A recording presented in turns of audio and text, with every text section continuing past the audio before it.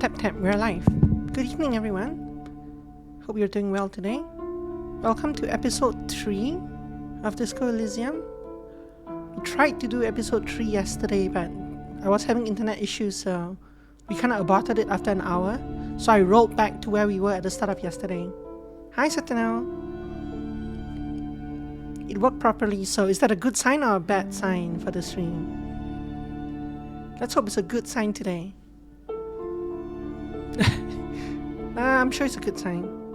I tested my stream. I actually did not realize that there was a stream testing feature until yesterday when I was playing around. So anyway. Oh, now I see drop frames. No, it was only... Oh, hold on 1 second.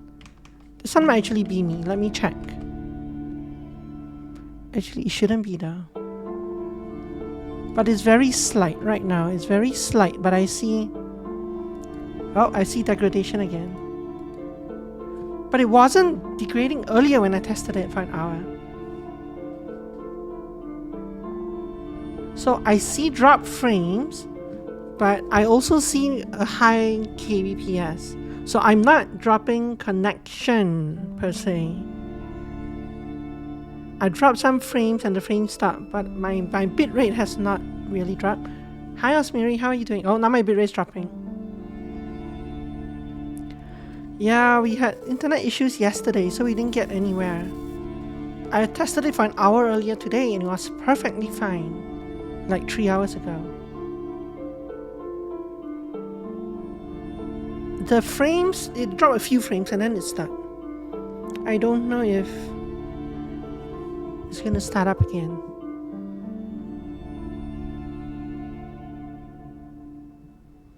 It occasionally drops frames and occasionally goes from green to yellow and back to green. Once it dropped to red, but my bitrate is still high. So I don't know if... Well, we'll see where it goes. So this is where we ended on Friday.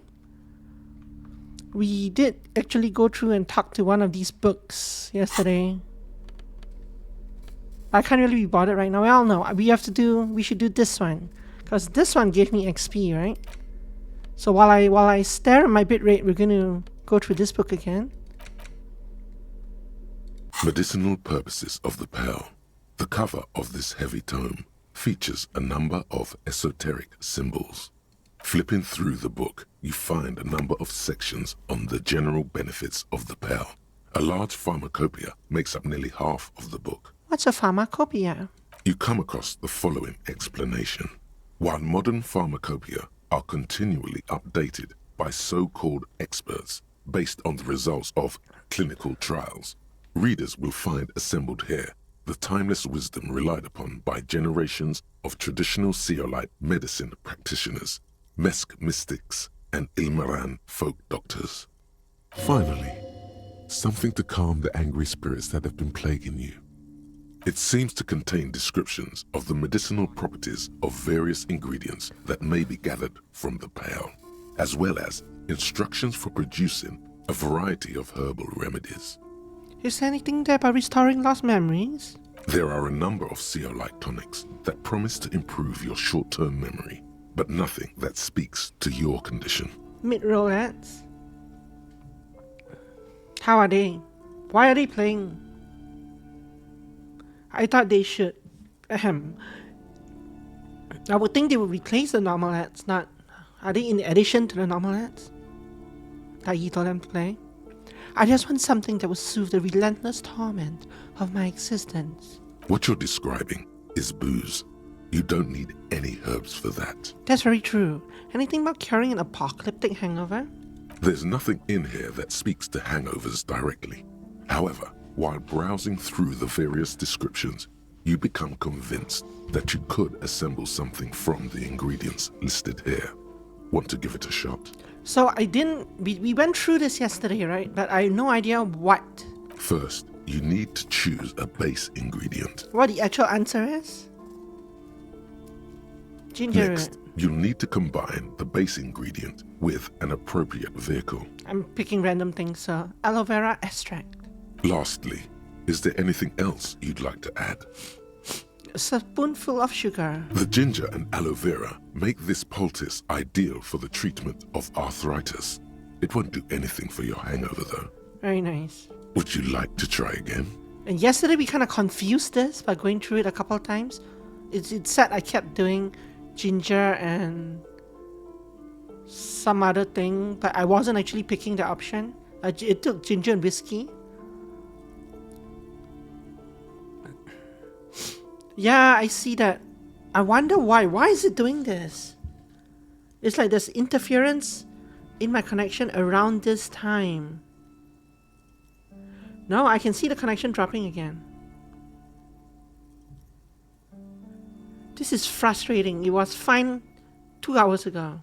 I tested it for an hour, 0 drop frames. Now it's dropping 10,000 frames so far. My connection is not all the way down like yesterday, but the drop frames are pretty bad. And it shouldn't be. Twitch hates books, yeah, maybe. You closed the book. Let me see. And there is not, I don't think there is anything I can do. I don't think it's on my side. At least not, it's not from the my wall connection to my PC as far as I can tell. Shouldn't be anyway.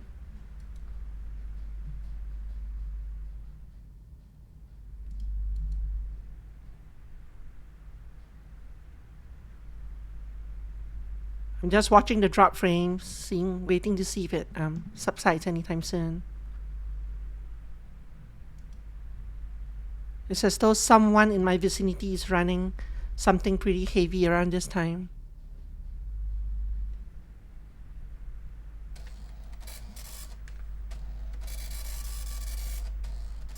Well, it seems okay right now, but no, the frames are still dropping.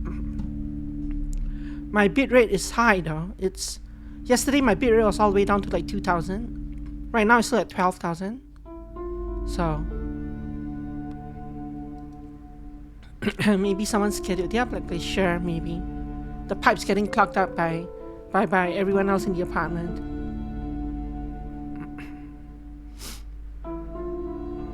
Oh, here it comes again.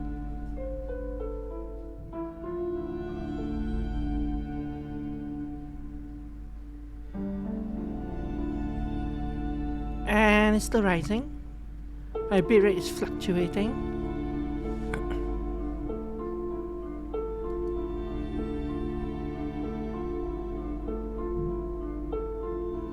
Wow, I'm getting 20% packet loss. 20% drop frames.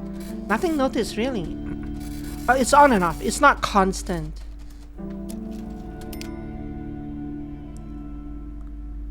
It's like it's fine and then it starts dropping frames and then for a couple of seconds and it's fine. Then it drops, then it's fine.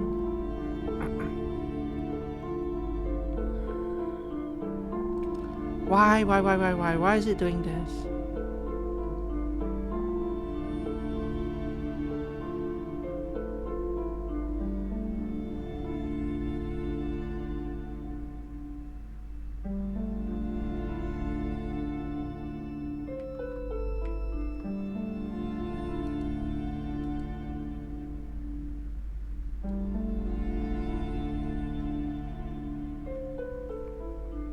Are you actually lagging? Are you actually getting drop frames, stutters, hitches, anything like that? Because you should be, but it's the drops are going, not since you said. Interesting. Maybe because I'm not moving around. I do see the degradation. So it's very frustrating in that sense.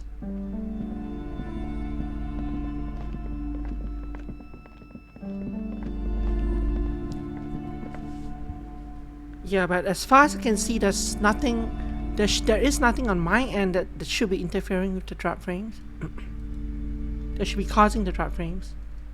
It's just happily dropping frames without any. Is it due to the server that I'm connecting to? I don't know. I'm connecting to US West, Twitch US West, and it's supposed to be the best ingest server for me.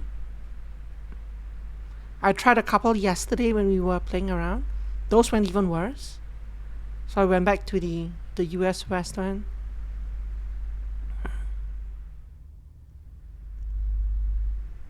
But I mean, the drop frames are kind of unsustainable. I mean, if you're not getting any drop frames, sure. Let's try this. I'm going to walk. I did this yesterday. I'm going to walk back here anyway. Drop frames 30,000, 23.5%. But my bitrate is green. So this sign, I said that I couldn't see this sign. It wouldn't let me read the sign again now that I've already read it once. Yesterday while testing the stream, while testing offline, I rolled a new character, came here and looked at this, and it said that this is open from 4 p.m. onwards, from like 16 o'clock onwards. It's 1919 now, so this is closed. So I'm not sure if this is a once a day thing, but only for an hour or so that it opens, or if it's not on the first day but subsequent days it'll open, or something like that. But either way, we're earlier than we were yesterday, but it's still shut. So maybe they're doing weeks without murder investigations. Maybe. Well, no. It said the union people. There was a interaction here that said something about you can see union name cards or something through this. And one of the other people that we talked to on Thursday or Wednesday last week said that they come here, the important people come here to talk about it. The noisy ones, something like that. And they suggested that I come by and listen to them. They also hinted that they come by, it's not just one day that they come by. They'll come by any day, so you can come talk to them whenever. I guess we have to come back here at 4 p.m. on another day. I haven't dropped many packets in like 2 minutes, so maybe it's fine now. I don't know. I need to move. Okay. We're gonna come back in here and do this, because we did this yesterday as well. These shelves are right? overburdened with books from the same series. You see the name Dick Mullen over and over. Stocky, what's all this crime fiction? Oh, crime, robberies, murders, even sexual crimes. We're fortunate to have Dick Mullen and his stories to sort all that out. Good old Dick Mullen. You're a police officer, apparently. You should buy all of these. They really do teach a person how to be a proper detective. Ouch. Crime fiction is a disgrace. An asinine misrepresentation of the physical attributes of the arduous everyday work of actual police officers. These books greatly overstate the excitement of police work, glossing over how long it takes to actually follow up on leads and eliminate dead ends. What's more, they completely ignore the psychological hardships of year after year coming into contact with people during the worst days of their lives. Not a single mention of all the stress this work creates upon the officer's family.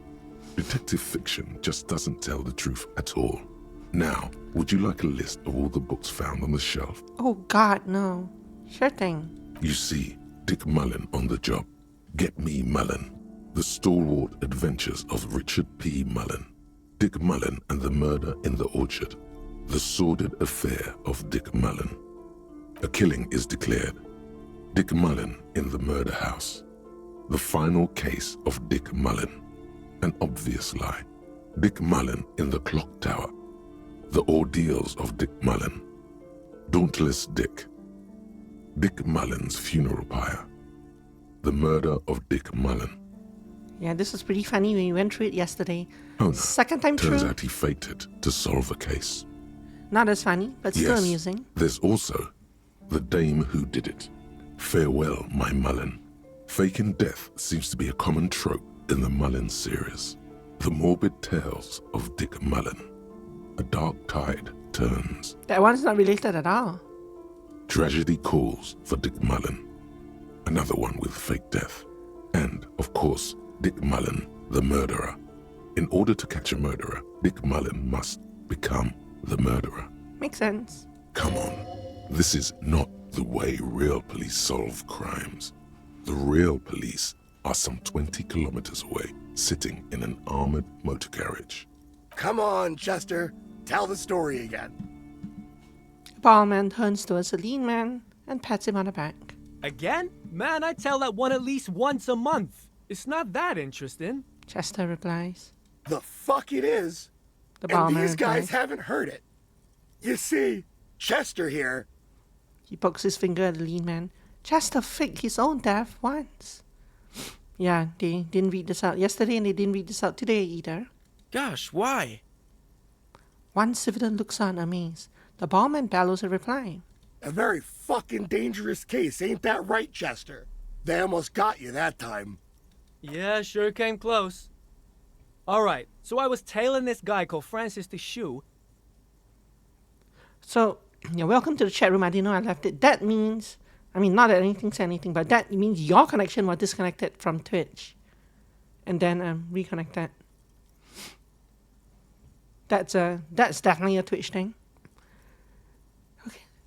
The inside of the motor carriage is thick with cigarette smoke. Outside, it starts to rain. I mean, you just got disconnected from the Twitch server briefly and then reconnected. You wouldn't notice it disappear, but you wouldn't notice any messages that were sent in between as well, if there were. There weren't. After all this, you still haven't found the answer to the one question that matters. Who is Dick Mullen? We failed this check yesterday. Your quick eye notices a small caterpillar crawling across the spine of a book. The title reads, Dick Mullen and the Mistaken Identity. What do you mean my video log got disconnected? What video log?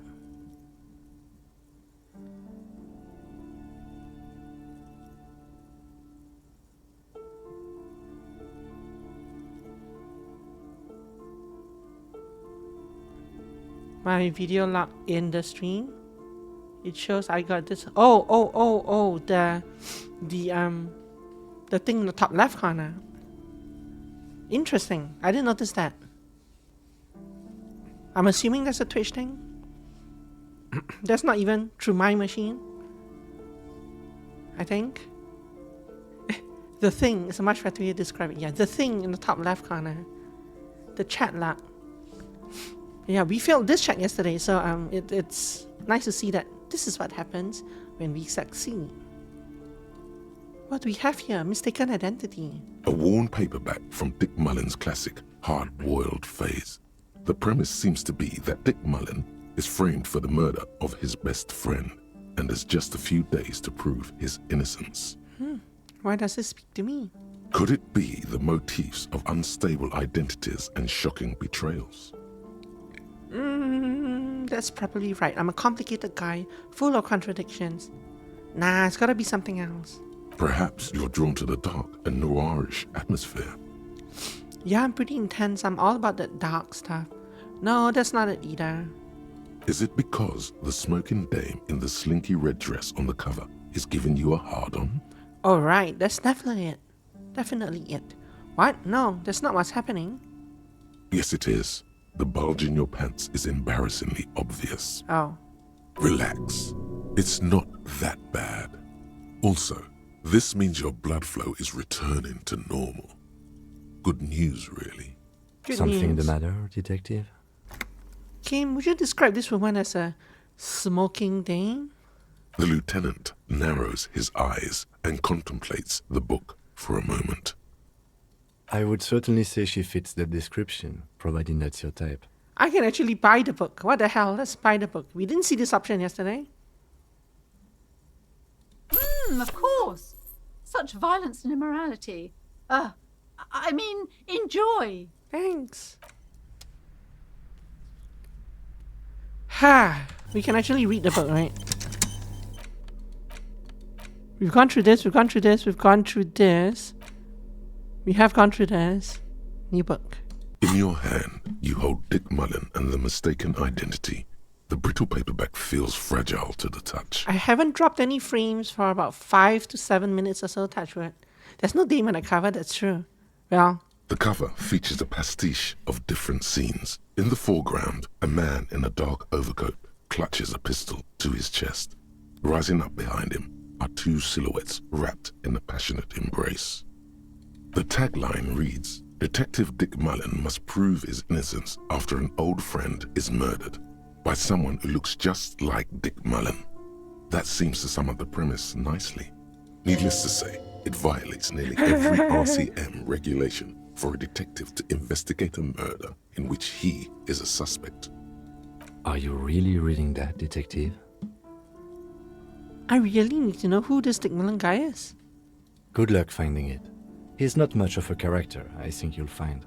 Just a stand-in for the reader. Oh, you know about him, eh?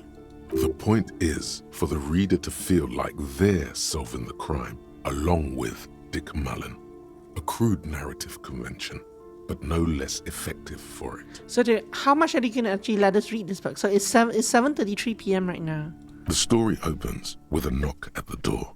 Detective Dick Mullen is greeted by an old friend, Charlie Spillane, who's come to Mullen to ask a favor on this dark and cold night. Spillane needs Mullen to drive him in from Vespa to a small town along the Insulindian coast. Despite his friend's apparent agitation, Mullen does as he's asked, then returns home where he passes out drunk, as he does most nights.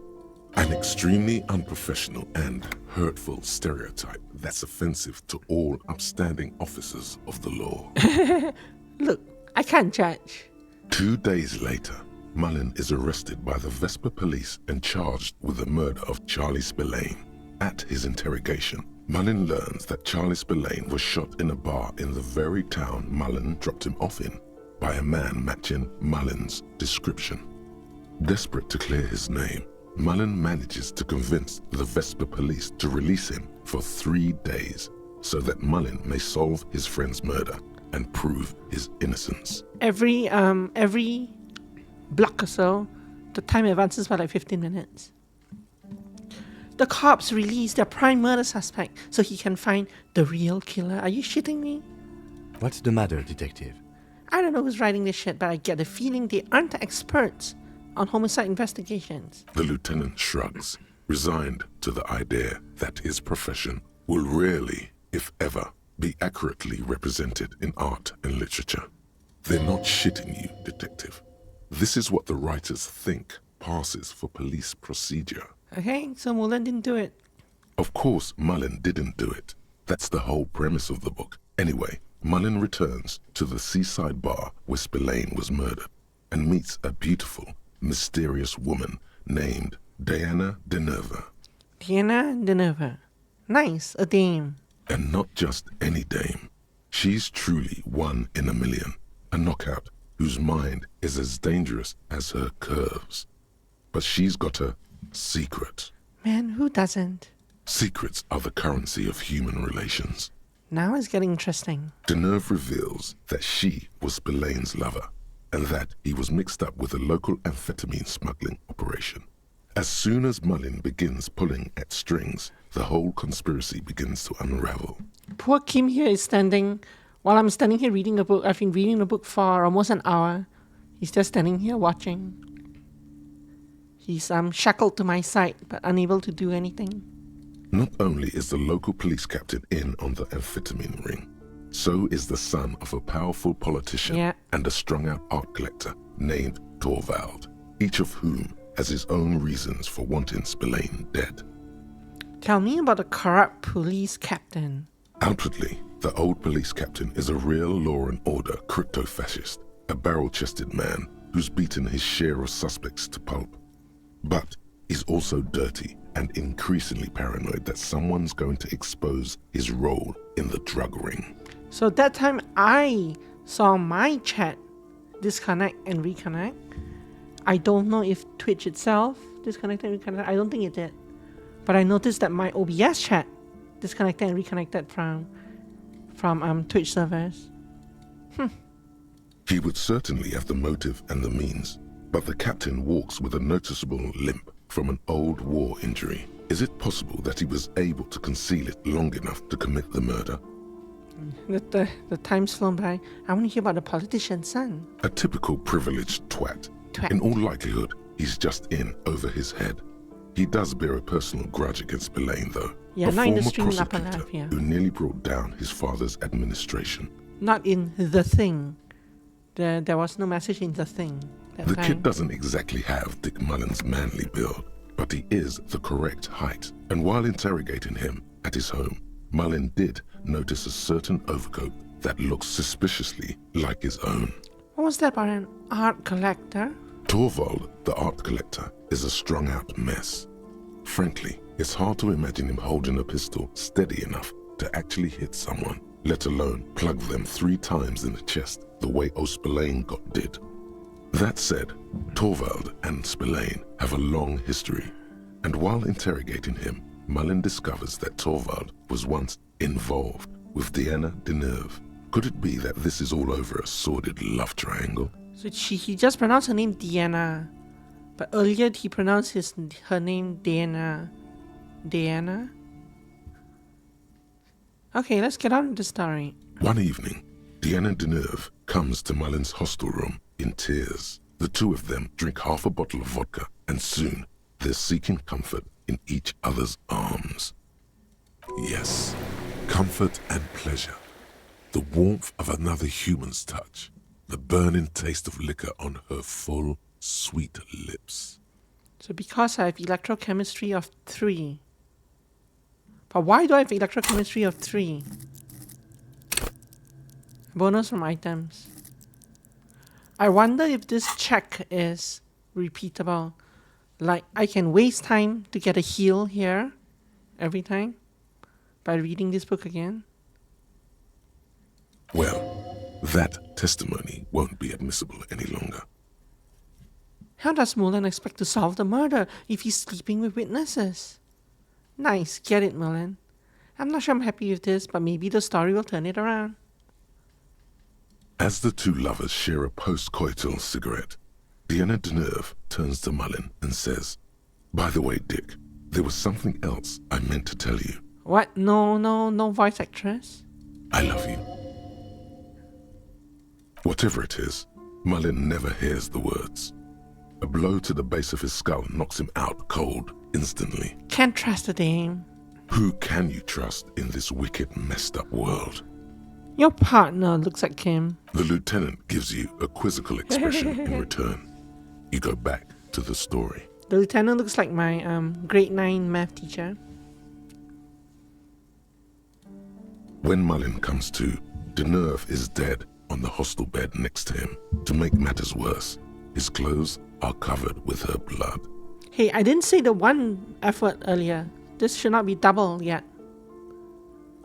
Mullen trashes his blood-stained clothes and flees the hostel, knowing it's only a matter of hours before the cops discover Deneuve's body, if they haven't been tipped off already.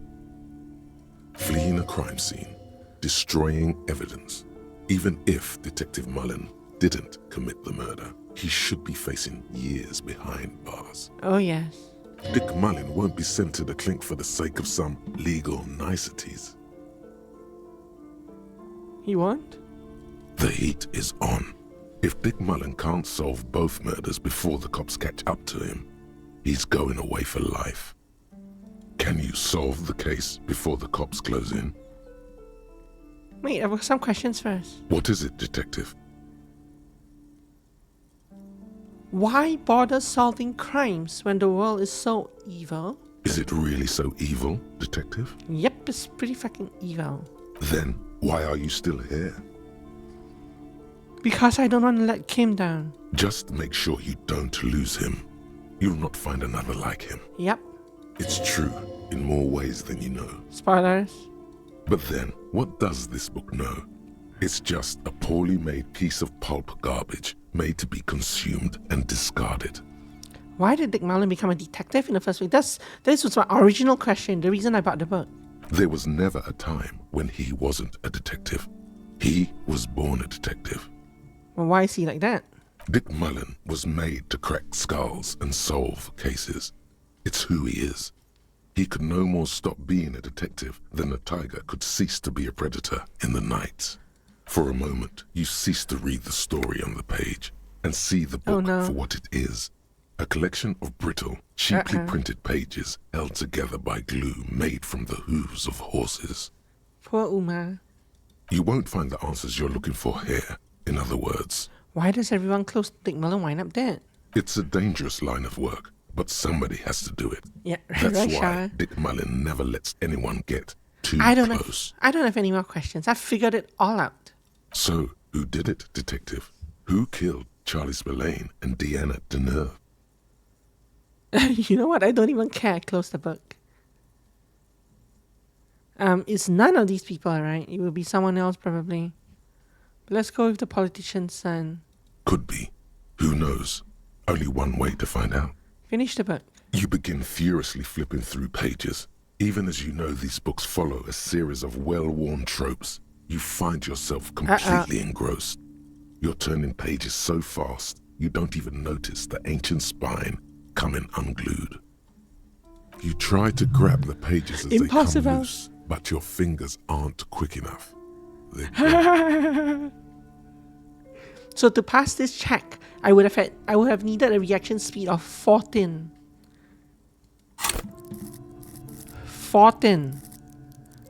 Not only would I have had to have motorics 7, I would have had to have 7 points in this. This would have had to be a very late check to pass it. Or I would have had to have some kind of gear or equipment or something that boosts the stats massively. 14. 14 plus 6, 20. Dozens of pages scatter across the floor. The last fifth or so of the book seems to have been lost. Reading classes. It's possible that you could gather and reassemble the pages, but it would take way too long. Stupid old horse glue. Ah, yes. The problem with mass-market paperbacks. They are not made to last. I want a refund. Perhaps this is a sign that you should get back to solving your own murder, huh, detective? What do you mean my own murder? I'm not dead yet. In your hand, you hold 4 fifths of Dick Mullen and the mistaken identity. You hold 4/5 of the book. I wonder if there's anything funny if you read through it again and get to the end part. Whatever.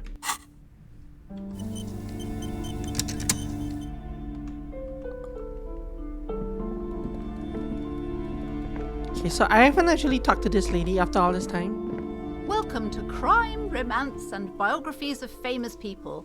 My name is Plaisance. Plaisance. The clerk extends a greeting. Be welcome, and please take responsibility for the energy you bring into this space.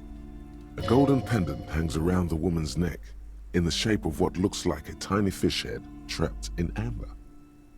A curious pendant you're wearing. Narrow your eyes mysteriously. Oh yes, helps to have an anchor in these times. She clutches the pendant and narrows her eyes as well. Before we go on, you seem to be well off enough. Can you give me some money? I will feel there won't be an opportune moment to ask later. I don't think so. So, are you the owner of this store? I am the proudest owner of our little shop of culture. Her voice is high-pitched, as if to give it more penetration. She has fine-tuned her voice to find the most welcoming approach for attracting new customers. It doesn't work. Ooh. This Dick Mullen book fell apart before I got to the end. Do you have another copy? Oh, I'm very sorry, sir. Some of these old paperbacks just don't have the durability. I would be happy to sell you another one, but unfortunately, it's the last copy we had in stock. Well, I want a refund. What if I want to buy a book? Goodness, you were already doing good, browsing the shelves. Why'd you stop? Don't you feel compelled? Go, go. Get back there. The books await you.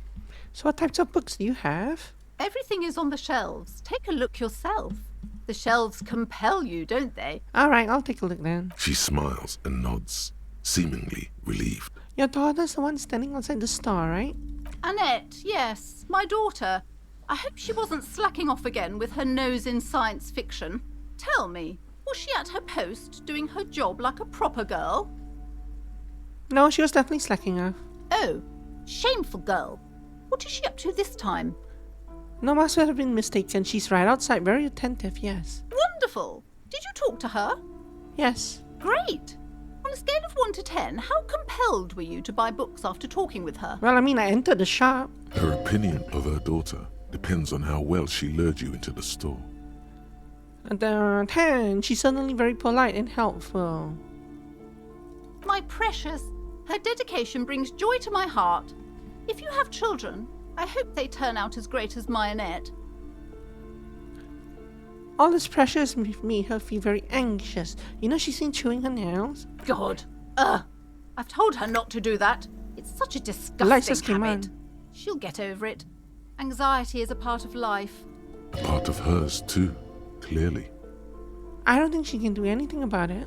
She can, if she has enough willpower. This is what's called growing pains. Life isn't easy. Life doesn't give breaks. Come on, ma'am. It's obvious she can't do anything about it. You are placing an unnecessary burden on a young child. That is true, and and obviously the will of the market. But maybe make an exception for your daughter. She stands stiff and severe, silently fuming. 10 or so seconds pass without change. Oh no. Hold on. I need to invite her inside and apologize. She must be freezing out there. There. I don't know what to say to you. My husband, he tries to teach me business lessons. I have what my mother called a dull mind. All this stress. She stops, but her mouth keeps moving. Goldfish. It sounds like both the husband and the mother treat her the way she treats Annette. You're like Annette to your husband and your mother. Oh, well, my mother was horrible, of course. Absolutely perverse energies around that person. But my husband... She shakes her head. My husband is completely different, of course. Is this husband Annette's father? That's a rather inconsiderate question. Is she an only child? Sure. Yes, I'm afraid so. A real treat she is. It would be nice if she had... No, we couldn't have afforded more children, really. Not in this economy. Of course, yes, this economy. Why not? We're quite busy people, you know, my husband and I. Quite busy. Children are a lot of work. You don't look like a father. How dare So I you. don't expect you to understand. I'm sorry. I'm sure you do understand. She told me she doesn't go to school anymore. She's been too busy helping me here. So she studied at home this trimester. This is a temporary solution, of course. Plaisance? Not. I assure you, I of all people understand the importance of education. She will be back in school the moment the store takes off. Is this husband Annette's father? Yes, my husband is a successful entrepreneur east of the river. If only he were more involved in the business we're running up here. No matter. Soon we'll both be off for Grand Couronne. And your husband's also involved with the bookstore? He made the initial investment. Since then, he's been what you might call a silent partner. Can I go back to the Yes, other option? My Yes. husband is a successful Wait, Grand entrepreneur. Couronne, what's that? It's a proper place to live. One of the most peaceful neighbourhoods east of Jamrock. You may know it for its massive housing projects. Most of the buildings are empty at the moment. It's a great opportunity to get ahead of the crowds. Better times ahead for sure. He Okay, made we've the done initial this, we've done The this. woman looks aloof. So we Her don't have the features much haunted... softer. We don't have Occasionally the... she glances at her daughter's silhouette. I guess the haunted thing might have led back into her daughter coming in, I guess. Which is why we don't have it anymore. Hello again, esteemed I have a officer. And conversation welcome to here. Yeah. We should think about calling it a day, maybe. The nights are still miserably cold this time of year. I haven't paid the cafeteria manager for damages yet. You should take care of that then. But I don't have the money. Let's talk to him anyway. An officer of the RCM shouldn't be sleeping in the street. We'll figure something out. Okay. Though he finds this situation frustrating, he is doing his best to not make you feel any worse than you already do. Too late.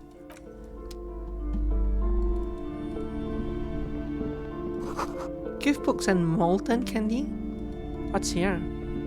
The display rack is brimming with worn paperbacks featuring an extremely muscular, sword-wielding barbarian on the cover. Nearly all the titles contain the word I did spend all my money on Hyundai books. somewhere. Starkeep, tell me about the Muscleman books. Oh, Man from Hyundai. A very Hyundai. popular series of adventure novels. They're awfully immoral and violent books. Why are they so popular? Blood and violence, scantily clad women, epic narratives, all those mystical things he encounters. They're bound to grab those with little imagination and nothing to do. Sounds good. Which one should I start with? What does it matter? They're all the same. However, the customer is always right, they say.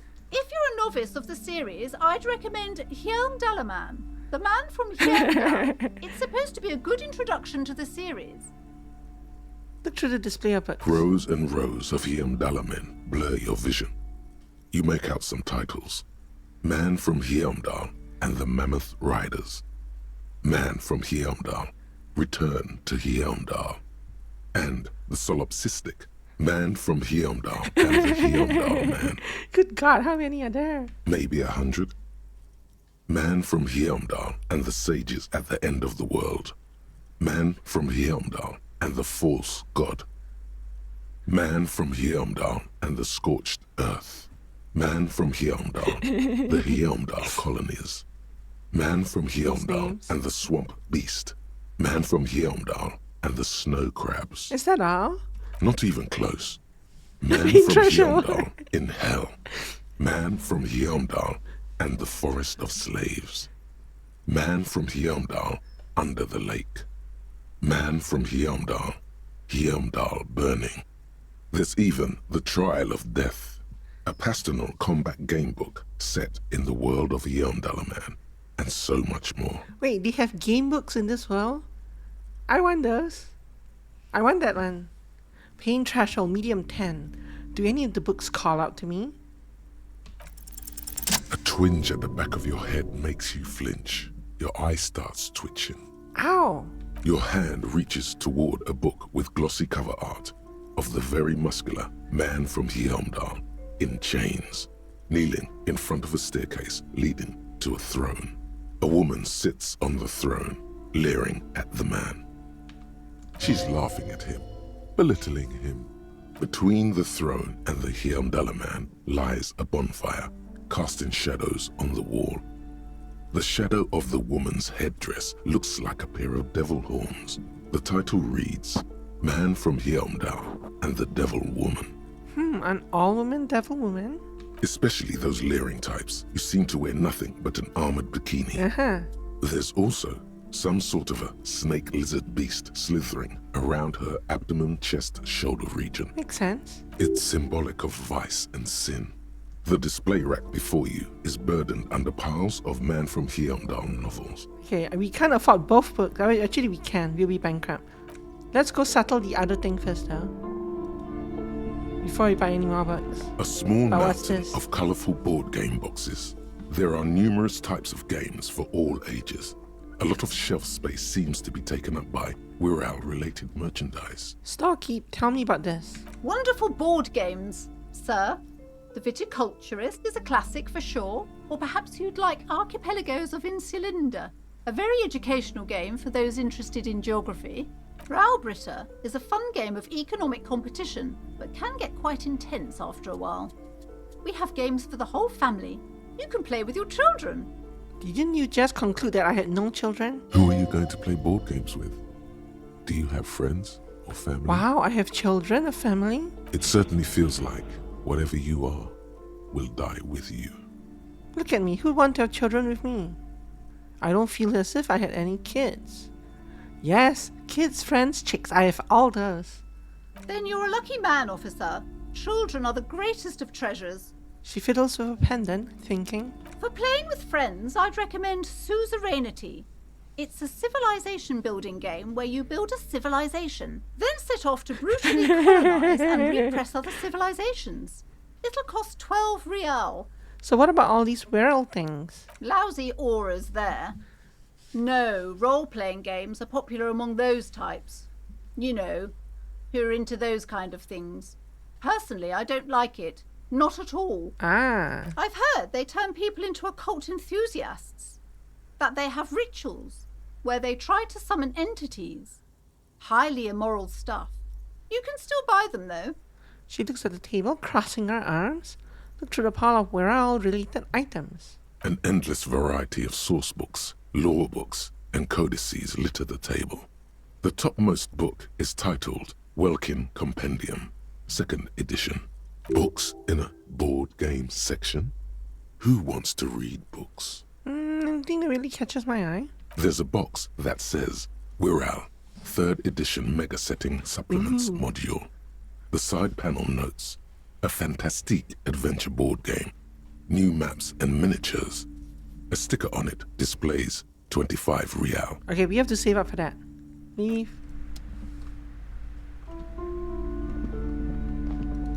Can I go behind here? You see a set of tattered curtains blocking the way to another room.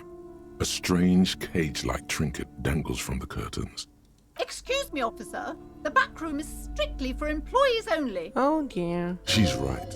Those curtains Legendary give off some success. eerie vibes. Better not mess with it. What's so eerie about those curtains?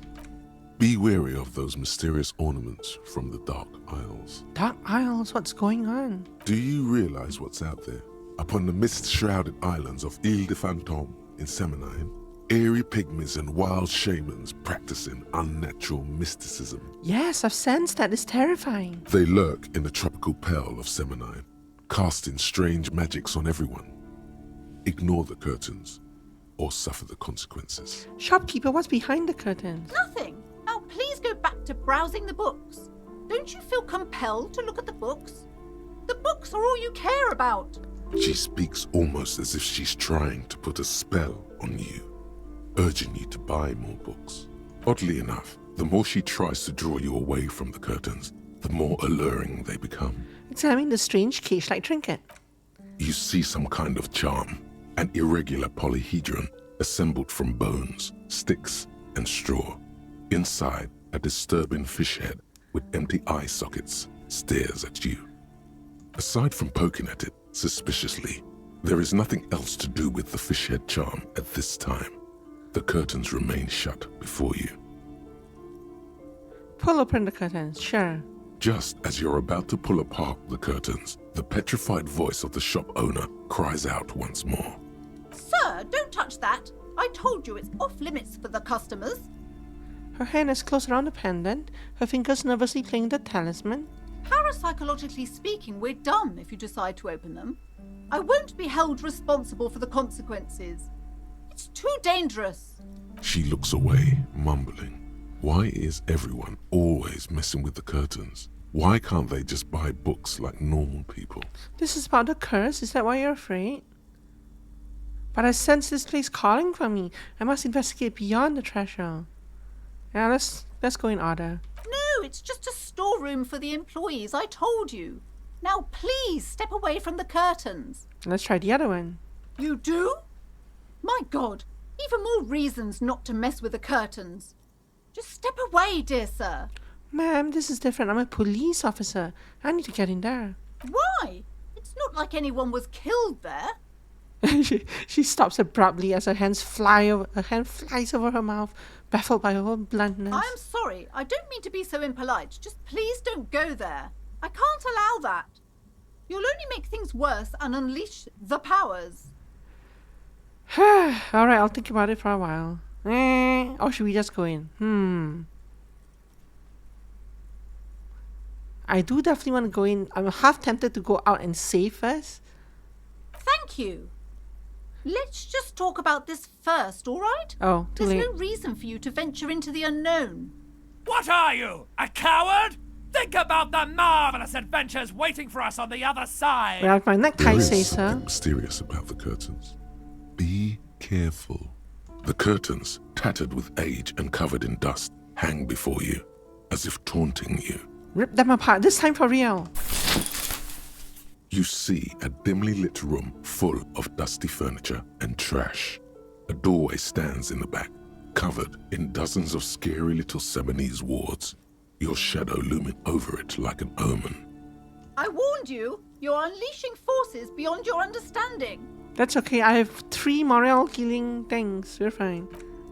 Probably. But you know what? We're gonna open that and we're gonna walk off. No, let's not. I mean, we do have to go settle that debt thing, but...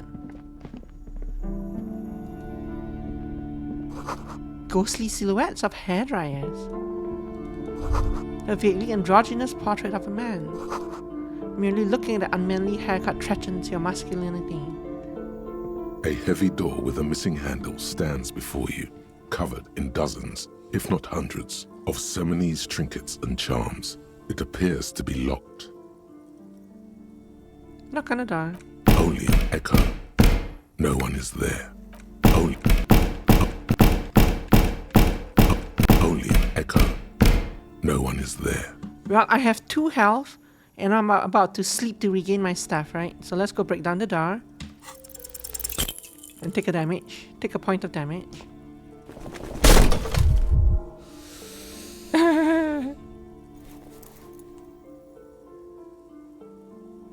Ow. Shoot. Whose moronic idea was it to just run through the door? Don't you know that things like that hurt? Oh god, this wasn't the best idea, was it? I deserve this. My body deserves to suffer for being this weak and disappointing. Is that blood I'm seeing? Rub your forehead. Please don't cry. Please don't cry. Slap your face. I don't want anyone to see me cry. This would be the best answer. Are you alright? The lieutenant. This the lieutenant. looked pretty intense and painful, I must admit. The lieutenant steps closer. His eyes soft and worried. What is going on there? Are you really trying to break down the back door? I warn you, don't tempt the spirits, officer. Don't tempt the spirits, or you'll damage the holy wards on the door. It barely looks like you've done any damage to the door, however. It's still locked and closed, covered in dozens of little charms and trinkets. So that was pain threshold. There's gonna be a painful thing to like check to break. I have a 2 in that right now, right? I would have to roll at least a 10 on 2d6. Well, we can come back another day. I'm down to 1 health and 1 morale, so we should go home. Bye. Hi. You've hurt yourself now. I told you not to mess around back there. What are you even trying to accomplish, you fool? I need to know what secrets lie behind the door. It's part of a spiritual quest. You're only making things worse. Stop it. Be compelled to look at the books. Go to them. Farewell for now, book peddler. Hello again, esteemed officer. Don't mind me, I left the curtains open. Okay, let's go deal with, ask your station for additional funds. Try negotiating with cafeteria manager. We never did talk to the station. C'est la vie. I never went to the car.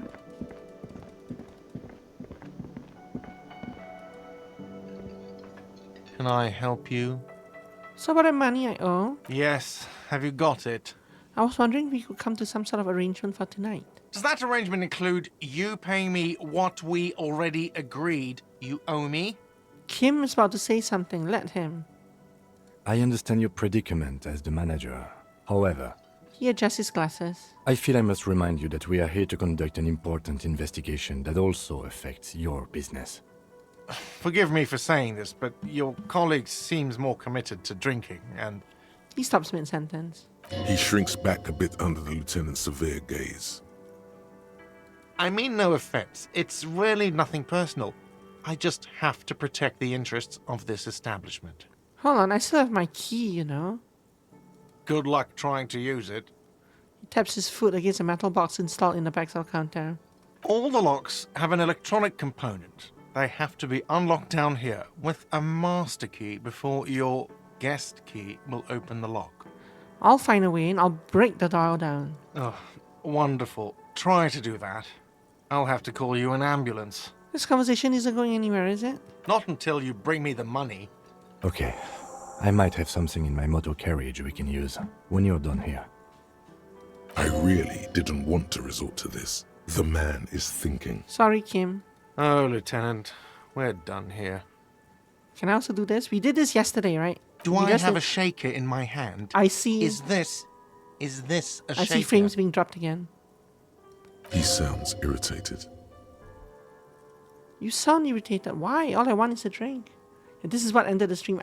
There were some drop frames. There have been some drop frames, but not many. But I see the total number. So there's a total number of drop frames. It's a running counter for the stream. It's up to like 45,000 drop frames now. but it's not actually increasing at the moment. Yeah. You sound irritated. Why? All I want is a drink. Am I wearing a little bow tie? But Am we've I done this smiling? before. So I'm Do just you going to see me forward. smiling fast and forward shaking through it. my little shaker? No, because I'm not a bartender. I'm a cafeteria. Play it calm. This man needs to understand you need a drink to help the community deal with police stuff. I'm an alcohol operator detective. If you want me to clean up the dead body and solve the case, then you need to insert alcohol into my mouth. Oh, well, in that case, let me pour you a nice, big, refreshing marinella. Do you want that out of a glass or a pineapple? You do not want pineapple. Don't be an imbecile. I'm not going to serve you a marinella. I got XP for I it. have work to do and broken things to fix. If that was all, I'd like to return to it. What? does- Another thing. Great. I love those. Oh, so this yes, is the one. not the whole... They come here in the evening. He hates the Union, but grudgingly recognizes its power. We should find out who this Lord faction is, occupying the So booth. this is the 4 p.m. Loudness booth. means talkative, and we need info. We don't. We have to wait. This one. They'll show up sooner. You glance at the clock on the wall behind the manager. Huh. Ah, so this one is actually new. I didn't see this conversation branch before. It's after 4 o'clock. The sign said reserved starting 4 o'clock. Why isn't anyone in the mess hall? Good question. He turns to the cafeteria manager. They're probably getting drunk or protesting something somewhere. Or laying low after the, lynching. Whatever he may feel about you, he can't miss the opportunity to throw you a look of what he assumes is shared understanding. Go Yes, with it. I think I see. Yeah. The Union guys think they're untouchable. They probably fucking killed that guy or something and now think they can hide out till it all blows over and it's fair weather again in Martinez. I have a feeling we'll make their acquaintance sooner or later. Yes? Bye. Can I actually break into the room? Out of curiosity. Do I have a thing around my head, right?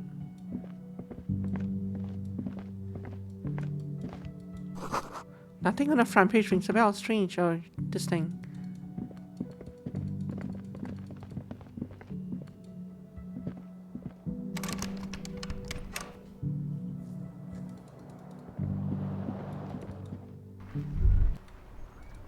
The smell of the sea makes you dizzy. Hey, that's me. A gust of briny wind washes over you. Can I not break in through my window? Didn't I break a hole in the window? I guess they replaced it. How dare they?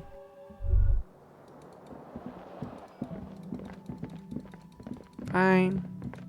The door is closed. Still, no. The lieutenant, he doesn't like where this is. I can't actually do anything with this door. It's still damaged by its shoe size, but I mean, it's a hole, right? I can make it from a shoe size into 2 shoes, and soon 3 shoes. Then after that, I can soon enough, it'll be big enough for me to enter. What button did I press to get this thing around me?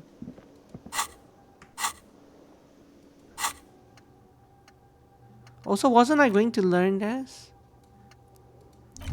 And then remove it just before it ends? But why is this thing around me? What key is that?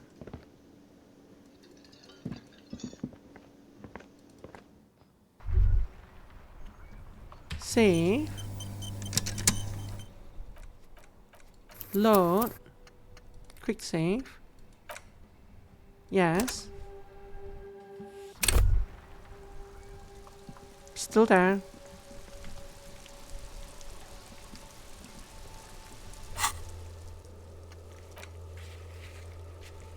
Join him on the Whirling Rex balcony after 22. It's now, but because I haven't gone to the car yet, so I can't do that thing, right? So I guess we have to go to the car to wrap up the day. Like, what happens if we don't? I'm kind of curious what happens if I just continue, but I might not recover this, right? I probably don't want to do that.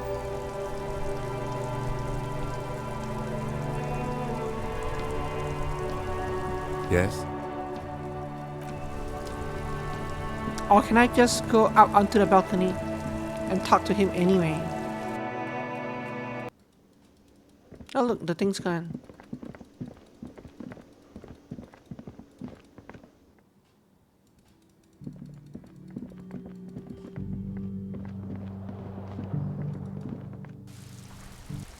So we're on the balcony. Can I talk to him? Yes? No.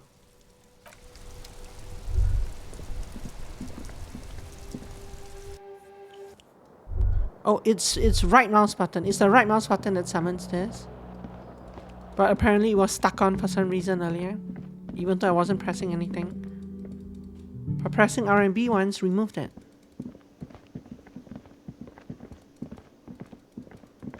By the way, how many levels do I have? I have like 8 levels, right? I'm sure. Only one? How rude.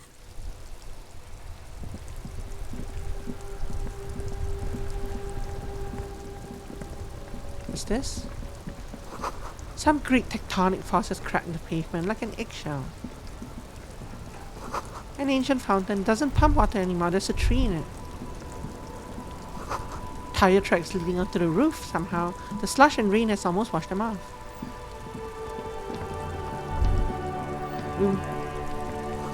Maybe a sea monster did this to the plaza. Makes sense. The damage looks like it could have been caused by an earthquake. Sea monster. The worn and beaten wooden planks of the bench do not look overly comforting. We can sit on benches after we've solved the murder. Let's go.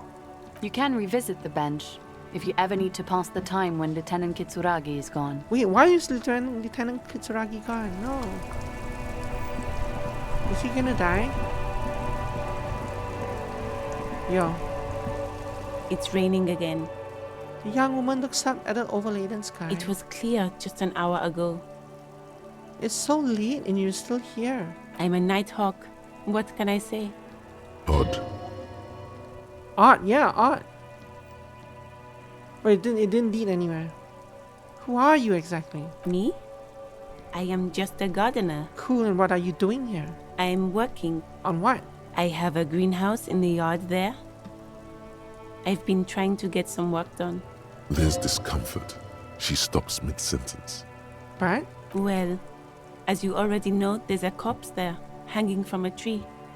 It smells pretty bad, so I have to take breaks. No, you don't. Yes, you do. Don't worry, miss. We are here to clean it up.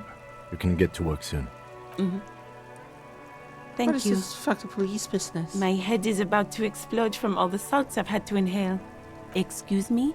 She doesn't understand. She's uncomfortable. Maybe you should drop this line of questioning.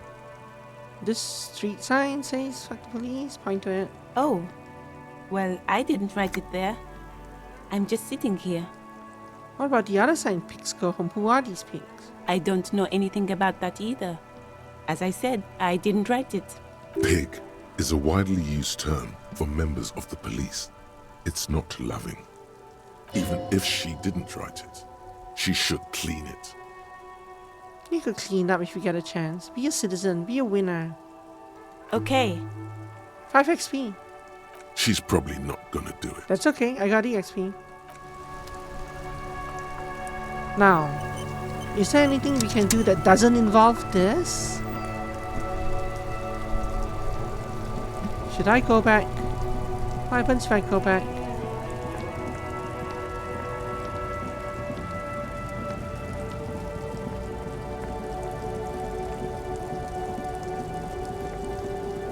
Here. Oh, there's no one left. What's this? There's no one left here. A lorry stuck in the trip. The windows are clear. Never seen this one.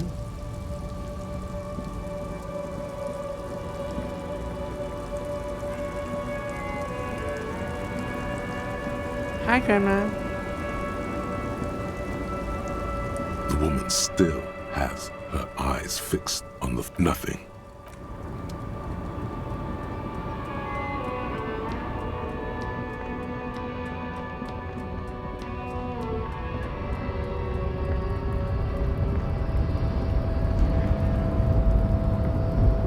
This guy's gone.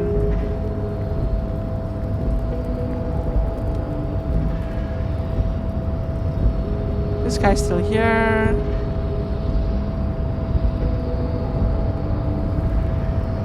Your race descent has temporal. Doesn't go to bed, does he? It would be funny if one way of solving that quest was just to wait until he went to bed.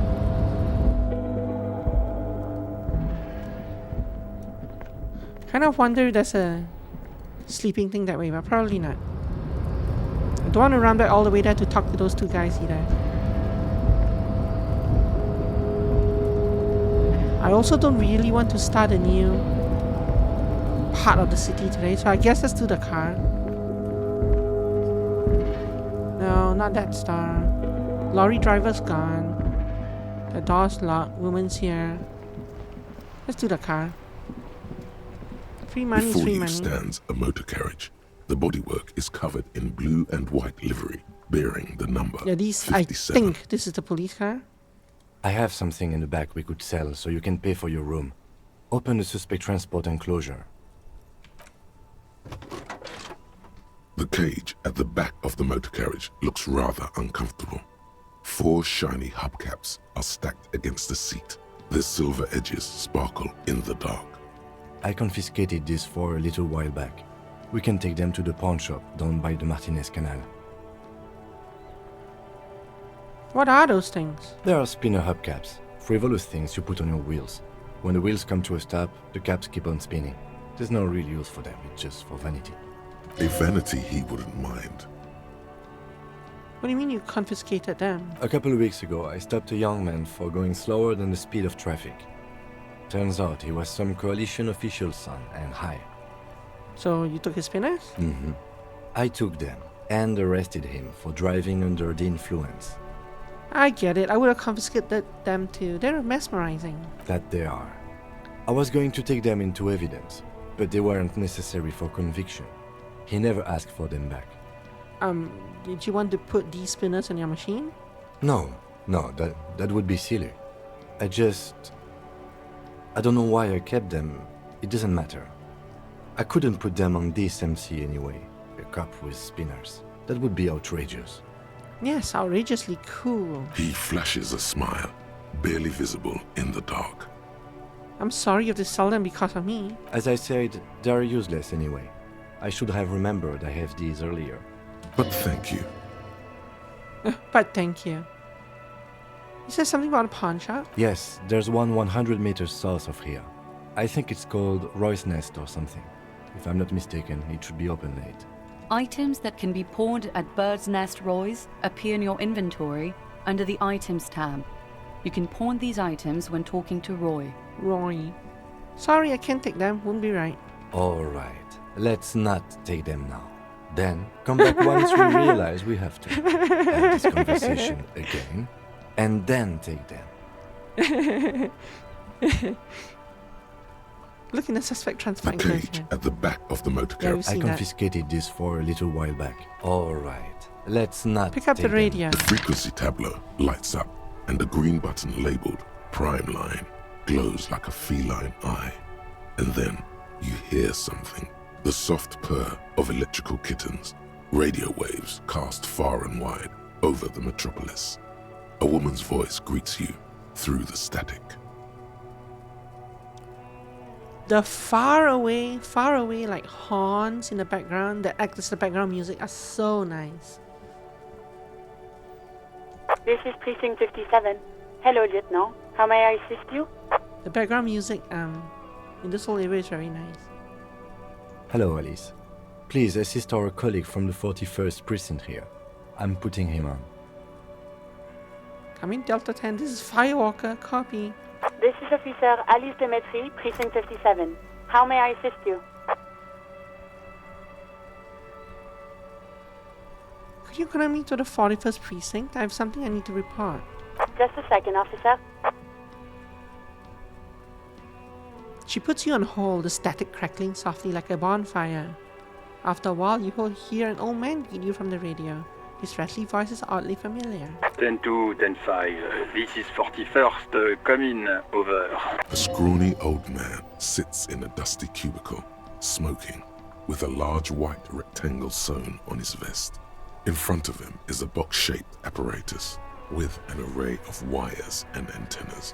The radio switchboard. Hi, this is me. Here, I work at your station. 10-4, what's your status? Over. It's not good. 10-18, 10-20, over. Please just stop human to me. These numbers mean nothing to me. State your message, sir. Over. I need to report my badge missing. 10-9, repeat message. Over. My badge, I can't find it anywhere. Basically, it's gone. 10-4, message received. This is a very serious situation. I need to 10-22 the captain. Over. Is it him? What does he want?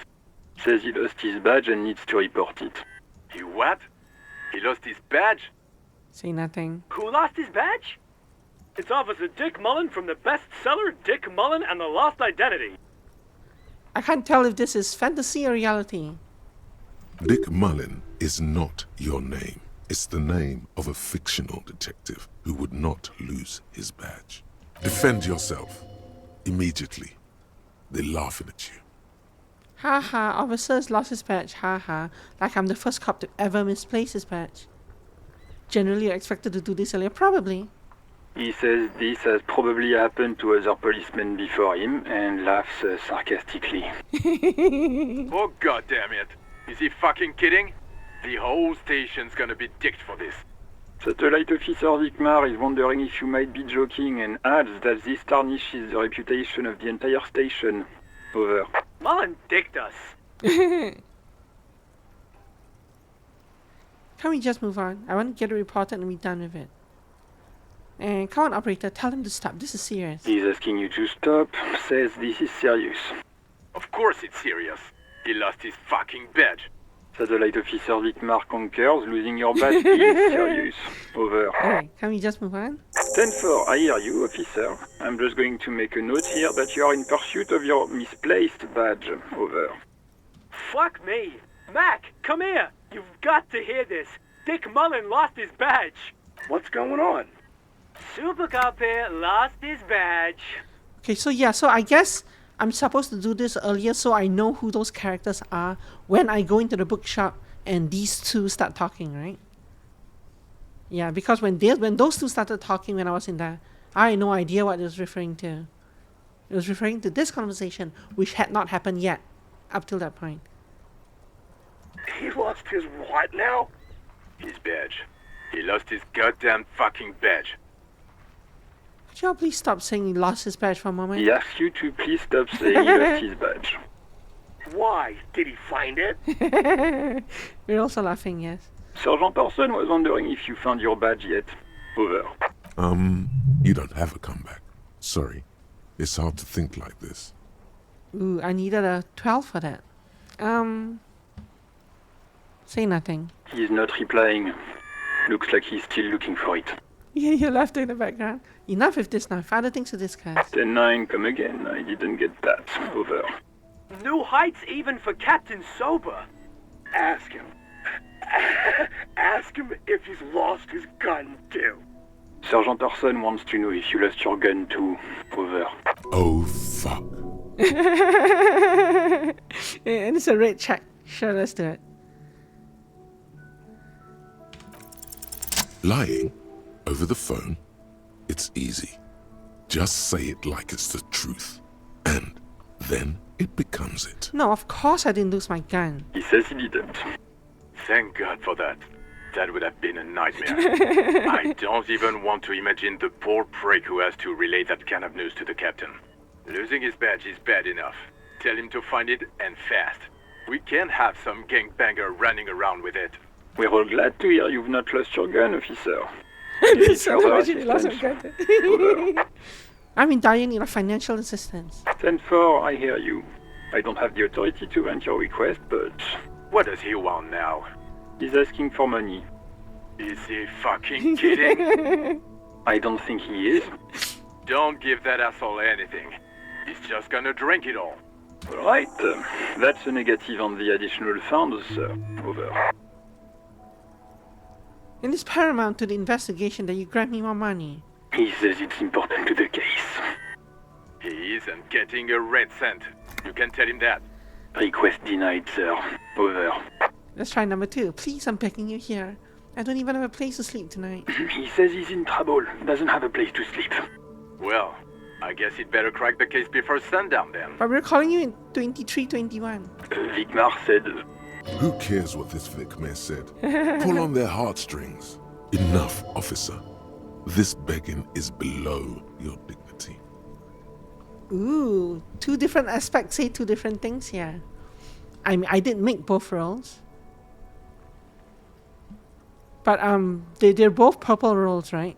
So as long as my purple psyche was at least 4, and I didn't have anything pulling me down, I would have made both of these rolls, because they're automatic. I don't want to be here anymore. I want to go home. Please come and get me. He said, it's okay. You can do it, sir. Over. What is he saying? Did you want anything else, sir? Many of your colleagues are also here. Over. Please, I don't want to be here. I have to. Suddenly, the necktie feels like a boa constrictor around your neck, squeezing the dear life out of you. Try to lose it. I can't really lose any health at this point. Hey, if you don't want to have the most intense orgasm of your life, fine. Don't. What the hell is happening to me? He terminated the connection. I guess he was in a hurry. Please, I'm scared. I can't breathe. Help me, please. Oh, it's a morale boost. Never mind. I got lots of that. Silent and lifeless. The communications officer has disconnected the call. How rude. What was that? It's okay, detective. What, you've never seen a man get a panic attack before? We should get on with our tasks. Work always helps me center myself. Now, anything else you need from my vehicle, or...?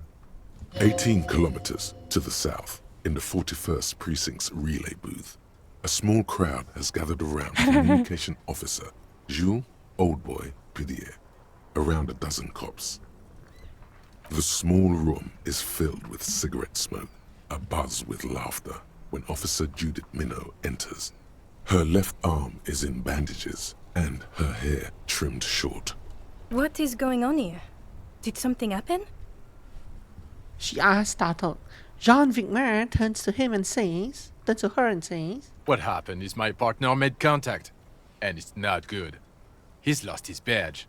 He seemed confused, delirious even. He stops to reflect. Mac, the torso Torson, is finger-fucking his fist, laughing hoarsely and apparently telling some dirty story to his partner, Chester McLean, near the entrance. Yeah, Mullen was fucked, alright. Sounded fucking drunk to me. Yeah, Mac's right. This was some gnarly shit there. I mean, before he started begging for money, it was... Enough! None of this is funny. It's fucking sad. That's what it is. He's a cop. He's one of us, goddamn this. We must help him. Minot looks down at her neatly polished black shoes. There's a quiet firmness to her voice when she speaks. Yeah? How do you fucking plan to do that, huh? Get him off the drink? Go jogging with him in the morning and get him on carrot juice? He's a lost man. Does this guy play Uma Musume or something? Go jogging with him in the morning and get him on carrot juice? I just know we can't give up on him when he's at his weakest. You wouldn't. The crowd in their room has started fidgeting uncomfortably. Someone, Chester, is trying to slip out unnoticed. Mac, man the door. Guess you know what he told me? I don't want to get better. I want to get worse. Those were his words. He sighs heavily and turns to address the room. This shit does not leave this room. Not a word of this to the captain. Or anyone else. We'll give him a couple of days to put his shit together. I guess I can hold off the report for a few days. Oh boy lights another cigarette. Good. Okay, everybody. Nothing but a prank call here. We all got our laughs. Now get back to work. At 11:31 p.m. Far north, on the other side of the motorway, the officer quietly hunches with his hand in the motor carriage. Pick up the radio again? This is Precinct 57. How may I assist you? Right. She Please sighs. hold. 10-4, come in. Fireworker, over. Oh, so I can't actually continue that line of conversation any longer. I do not want to pick option number 1. Let's check out option number 2. This might sound odd, but there's personal details I'd like to discuss. Okay, 10-4, sir. I hear. Wait. Before you say anything stupid, think it through. I need information, not fear. Be smart about this. Ask if he's there alone. 10-4, sir. I'm not hearing your question.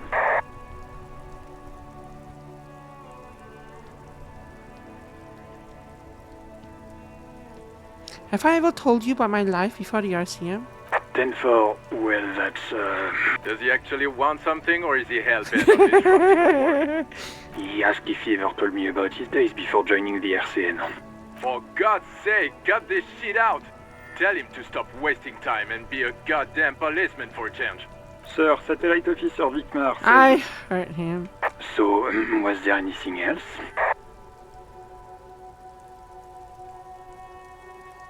I do know my name. I can't remember it right now, but I would identify it from a list. Want to know if you got my badge's description? Sure. What? What is it? Still on the line? He wants to verify the information on his badge. But of course, it says Dick Mullen, High General of the Revacholian Cavalry Force. Tell him to stop wasting time. What do you need, sir? Over. I don't think number 1 works. I don't think number 5 works. I don't think any of them works really. 4 might work, but I do know my last name. The union person told it to me. That's a negative, sir. I got a 10-12 here. Over. But we might as well try them. There might be XP hidden behind some of the... Yeah, Harry Dubois, yes. That sounds familiar. Any news about my family? 10. Excuse me, sir. Over. You probably don't want to continue on this road. Inland Empire, medium success. Fine, let's listen to our Inland Empire. Come again, sir. I didn't get that. 10-9. Over. I'm looking for my address. I don't know where I live. 10-4. Your address? Hold up, Jules. He doesn't fucking know where he lives? Did I hear that right? But I actually do know where I live, right? Like it, sir? No, fuck him. Don't tell him anything. You understand? He's been hellbound for the gutter. Let him have it. Sorry, sir. Anything more I can do for you? Over. I don't need 4. I know for... let's wrap this up. Understood, sir. Over. And I'm not going to do number 1 because that negates that nice roll that I have. Roger that. 10-10. Over and out. This is Precinct 57. What about this How may I one? assist you? I need to connect me to a civilian, a Sylvie. She may report on a murder. Of course. What is her number, officer? Kim, didn't Gart give you Sylvie's number? Yes, hold on. Her number is 005 1944 298. Received. Hold on, officer. Start slapping a marching rhythm of your tie. Sure. Give it a minute. She might be busy at the moment. Takes a bit to get to the phone. Officer, I have Sylvie Malaika on the line for you. Sylvie Malaika. Yes, hello? A female voice greets you through static. It sounds like she's a million miles away from here. It's missing a letter here. Missing a word. Sylvie, I believe we've met before. This is me, a detective from the Whirling. That sounds like a bat. Hello, this is the police calling. I have some questions for you about your last days at work. Oh, right. Hello, officer. What can I do for you? You can hear resentment in her tone. She's not thrilled to be talking to you again. You quit your job at the Whirling. Why? You mean, why did I leave the bar? Honestly, I'm not really comfortable discussing it with you, sir. Wait, why aren't you comfortable discussing it with me? Let's just say I left because I needed to get away from someone. Get away from me? You know whom. You think you hear a sliver of accusation in her words. Don't be paranoid. She's obviously talking about someone else, not you. Godly failure. What would I have needed for this? I would have needed a 10 in my volition. Which is this. Damage -5.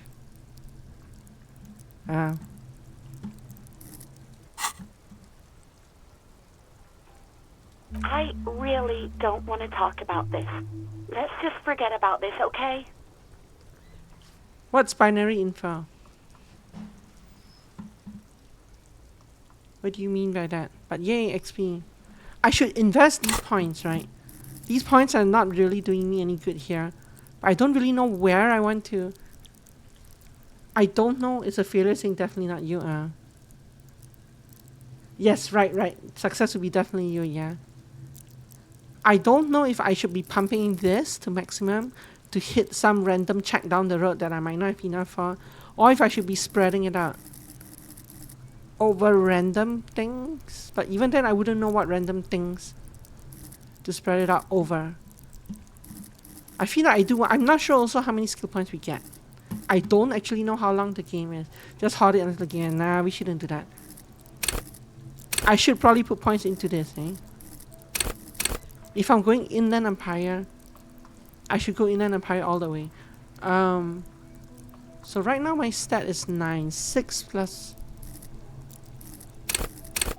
Why does it say learn skill plus 1? Isn't it learn skill plus 2? Don't I have 2 points? I guess signature is 1 point in it. But signature is this thing though.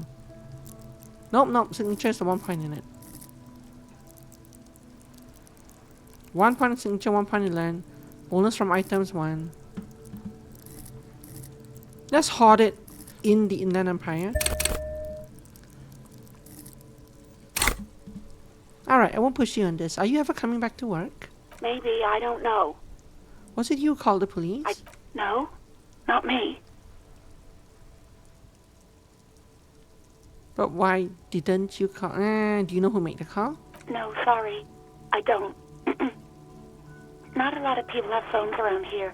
Copper thieves take the wires. Oh yes, those copper thieves. People don't have the money to have the cables put in again. Ah. They use the Union's phone, or the one on the coast. It was someone else. We'll find them sooner or later, officer. It just might take a while. But why didn't you call? What? Of course it bothered me. But I thought the Union already knew about the corpse. What does the Union have to do with anything? No one calls the police. The Union would get angry. What do you mean by that? You know, what the Union says goes. People listen to them and they take care of their own, which is like everyone here. Garbage.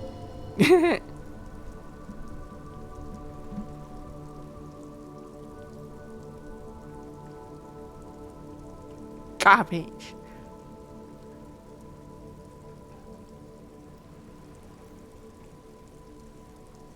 Huh. Let's push on. Tell me, what exactly did you let it go? Well,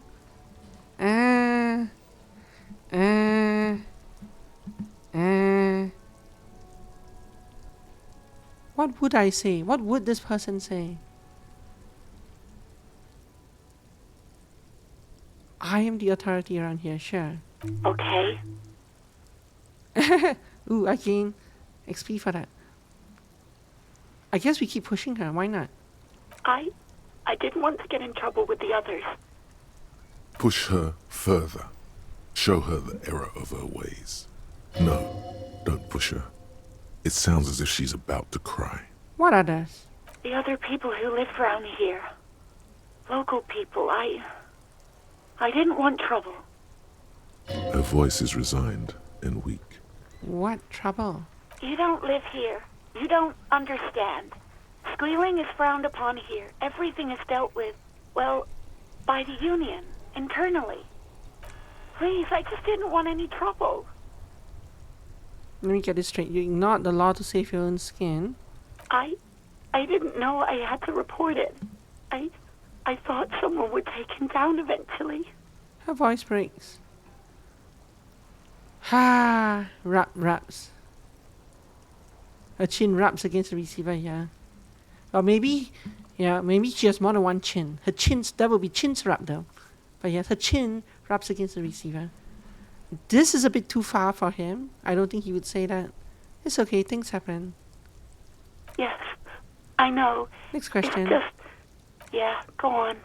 Have you seen my badge? Yes, I know who you are. You're a police officer. The law. Wait, how did you first learn I'm a police officer? You told me back in the whirling. You told everybody, and showed us your badge. I don't need to hear about it anymore. My badge is missing. Have you seen it anywhere? Oh, no, I haven't, sorry. Real policemen have uniforms too, by the way. Where's yours? Kim doesn't have a uniform. He seems real to me. He's in plain clothes, voluntarily. It's different from not knowing where your uniform is. There are officers who wear the signature Perseus black uniforms to the highest ranks in the RCM and end up buried in them as well. Others do it more casually.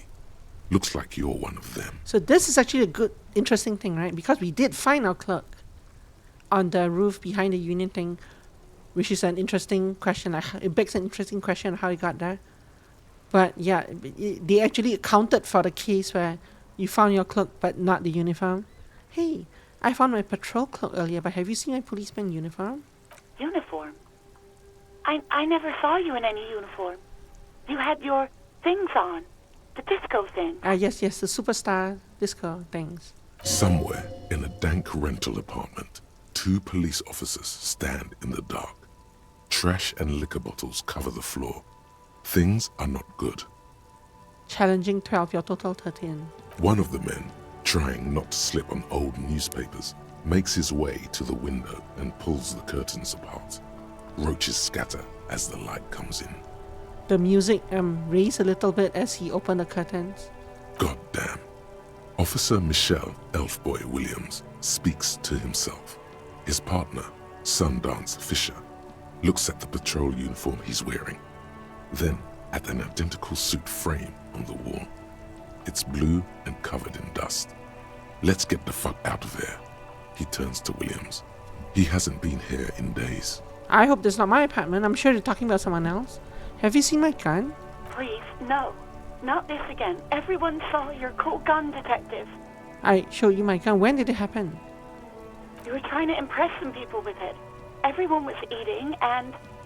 And what? What did I do? You were waving it around in everyone's face, begging them to describe it. You said it calms you, and sorry. then you started making suicide jokes. It got pretty graphic. Some poor sod was trying to eat his pudding while you were screaming, spit flying, imitating the mercy shot right next to him. Spat some in his food. I don't think he touched it after. I don't really want to go down this chain. I don't think he is feeling particularly suicidal right now. But also, I don't want to lose the morale from it. He is going to damage himself going down one of these paths, and I don't know which one. So yes, but what happened to my gun? No idea. All I know is next you were waving around money instead, saying things like big butts cannot lie and guns can't buy money, but money can always buy guns. It almost looked like you pawned it. But believe me, I did not ask. I think I got everything I need, thanks. I do hope so. Please don't call me again. Bye. Yes, you have obviously done something to upset her at the Whirling in Rags when she was still working there. Wait, before you go, you're mad at me, right? Tell me, what did I do? I can't remember anything. I'm not mad, it's just... You were so drunk and so emotional all the time, and then the skua thing happened. It just made me want to quit. What skua thing? The stuffed bird. The great skua. You threw it against the wall while screaming, "Fuck that bird," and laughing like a maniac. I'm a terrible person. I think you said it had been giving you shit ever since you got there. Why do I always end up screwing everything up? It was a pretty bird. There since I started working in Whirling. I really liked her. We call her Scotty. There's genuine sadness in her voice. So you're telling me that I was the one who made you want to quit? Yes, obviously. You were the worst client I've ever seen. And I have seen so many assholes in this place. I've had sailors fighting, union guys grabbing my ass, kids stealing booze. Once a guy was glued to the karaoke machine every night for 2 months. Nice. But you... Go on, I want to know what I did. Well, you were worse than all of them. Honestly, you were getting borderline aggressive. Even about little things like not turning down the volume at 3 a.m. I even liked one of those songs you kept listening to on repeat. No more. I hate it now. Hold on, which song? We Go On by the O.O. I can't listen to it anymore. You've turned it into a parody. Sorry about the song. To hell with that song. Then there was your room. Your project. An experiment to see how bad it can get in there. I tried to send the cleaner, but you wouldn't let me. Threatened to make me understand. I had no idea what you meant, and I don't want to know. And then you screamed something about how you're actually a real cool guy, and no one understands it. One of the coolest guys there is. The coolest guy in Jamrock. Something about disco, too. Should I go off the rails and say sounds intense? I'm not going to say number 3. It's one of the first 2 for me. Should I apologize to her? Or should I say it sounds intense? I guess this is kind of the good guy answer, right? Yeah.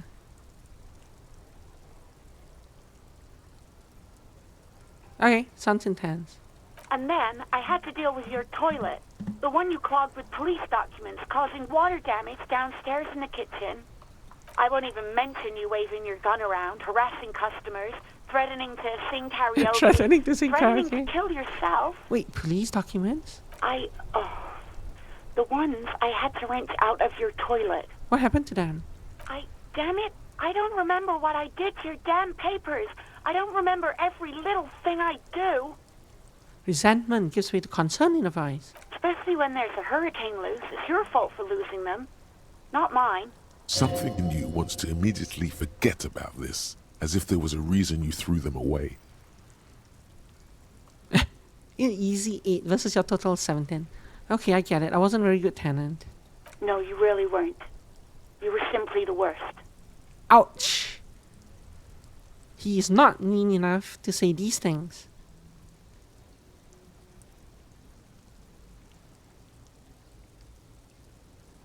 I don't even know what to say. God, I know I shouldn't have brought it up. Just try not to call me again, and let's pretend it never happened. What else did I sing besides the double O? I'm looking for a song. All sorts of things. From disco, rock too. So much disco and rock. Maybe you can help me identify this one particular song? Which one would that be? One that was really sad? Sad? I think the one you mean is the smallest church in Saint-Saëns. Richard, that right up. Her voice carries a tone of disappointment. Interesting. You still have to find it, however. Right. Thank you for talking with me. Take care. I mean, I didn't actually apologize to her, but I can actually go back in this chain, right? And see that. I've had sailors fighting. Well, even about little things like We Go On by the O.O. Then there was your... I tried to... And then you screamed something about how you're actually a real... And then I had to deal with your... I won't even mention... No, you really weren't. You were simply the worst. I'm truly sorry for everything. God, I know I So it doesn't actually do anything new. Try not to call me again, and let's pretend it never happened.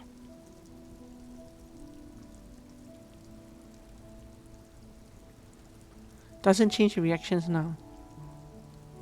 Yes, I've had sailors fighting. Well, even about little things like We Go On. To hell with that. Then there was your... I tried to... And then you screamed something about how... And then I won't even... No, you really weren't. I'm gonna pick this one and try it out. You were simply out. the worst. I was trying to show you the world of... Yeah, I know. Well, I didn't for my first loop through. But now that I've discovered I can loop back through it because narrative games. I wanted to see if it changes. I was trying to show you the world of tomorrow, the great panic at the end. God, I know doesn't change. shouldn't Bye. You hear a sigh of relief on the other end of the radio. Wordless, the call breaks. Then, the already familiar voice. Anything else I can help you with?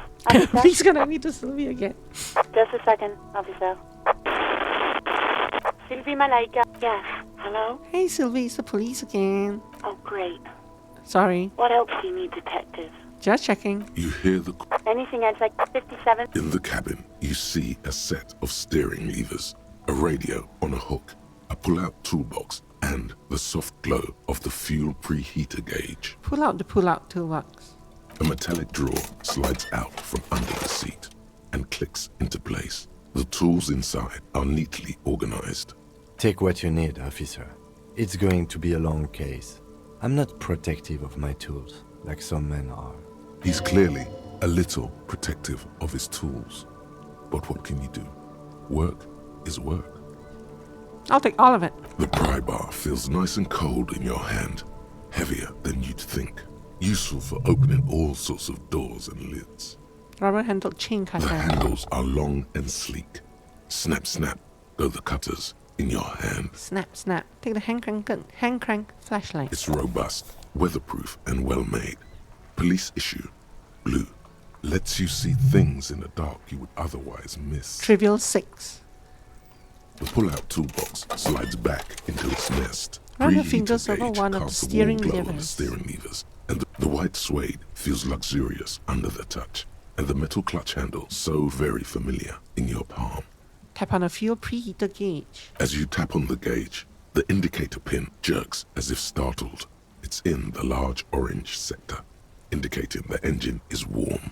Next to the gauge is a red switch labeled heat. There's no use pressing the heat button. It won't start without the ignition key. Translation. We're not going anywhere right now. Alternative translation. Don't even think you can drive my MC. What are we looking at? What is this machine? This is the Cupri's Kinema, my motor carriage. You can use the toolbox and the radio if you'd like. Motor carriage, motor carriage. Something bad with a motor carriage.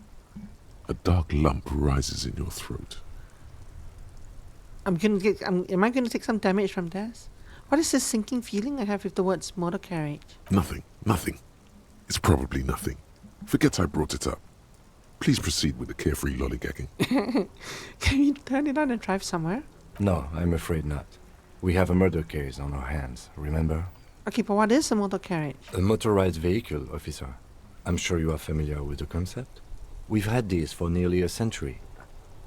Oh, but I've been alive for 3 centuries, so...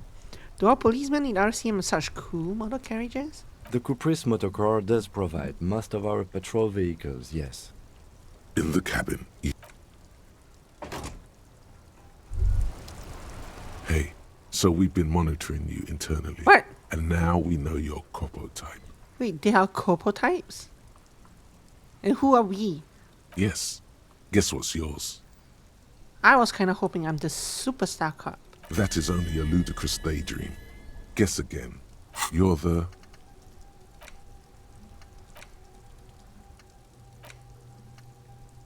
How do I stop this?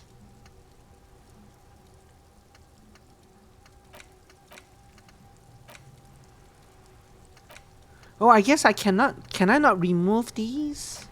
Maybe I can't remove it mid-conversation? That's problematic though, because I wanted to remove this just before it ends, right?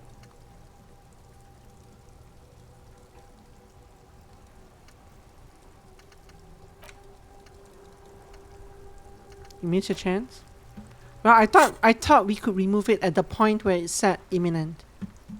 Cool cop? No, you're the sorry cop. The cop who's sorriest. Let's make it official then, shall we? What thing? But it's not completed yet though, is it? It's still imminent only. Oh, you told me not to pick sorry. Ha ha ha.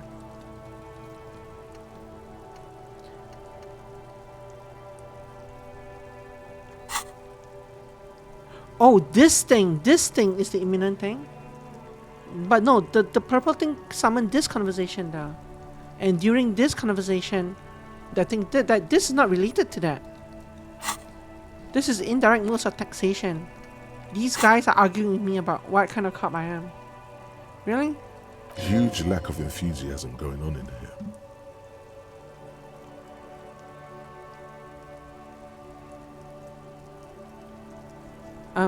Would the other couple types be jealous? I'm sorry, opt in. So what is this opt in? You know, actually, I'm not sorry. I changed my mind. No, you don't. Come on. You'll be back to saying sorry in 2 minutes. Stop wasting time and begin the repentance. Weren't the other couple types be jealous? What? Jealous of the sorry cop? I think they'll be fine. Don't worry. They'll be super, super fine. It'll be totally okay. You can dual copo type from sorry to anything. You can dual class. No, I'm really not sorry. Fuck off. Wow. Okay. Indirect modes of No, it taxation. didn't let me unslot this. Oh well. What does Turns this out do? those Financial Oversight Committee gangsters stuffed millions of hard-earned dividends away in the last place anyone thought to look. The hearts and minds of everyday Riversholians. You need to spread that deregulation gospel to the people. Tell them about that foreign fair tax. Preach that 98% gross burden. Preach it, preacher man. Set the brothers free. Taxes are racist. Yes, but what bonuses do I have? Ultra-liberal dialogue options. Give 1 real. -1 empathy. Thinks he's a hustler or something. But I get money for it.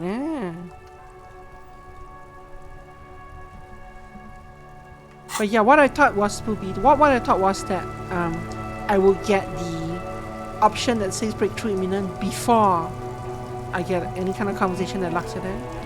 Apparently not, so.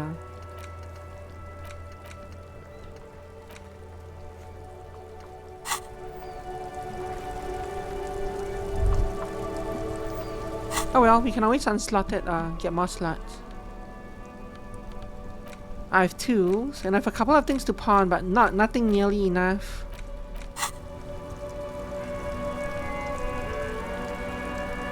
Well, let's take it and roll with it. We need to go. I did not take the rims, but we do need to go to the pawn shop, right? What is this? Right, pawn shop. There we are. Fast cash for faster time. What is this? Water lockout off order until Wednesday 7:15 AM. What is this? Fingerless gloves +1 electrochemistry. But I have my yellow gloves, my fancy yellow gloves. Sure, +1 interfacing. Eh.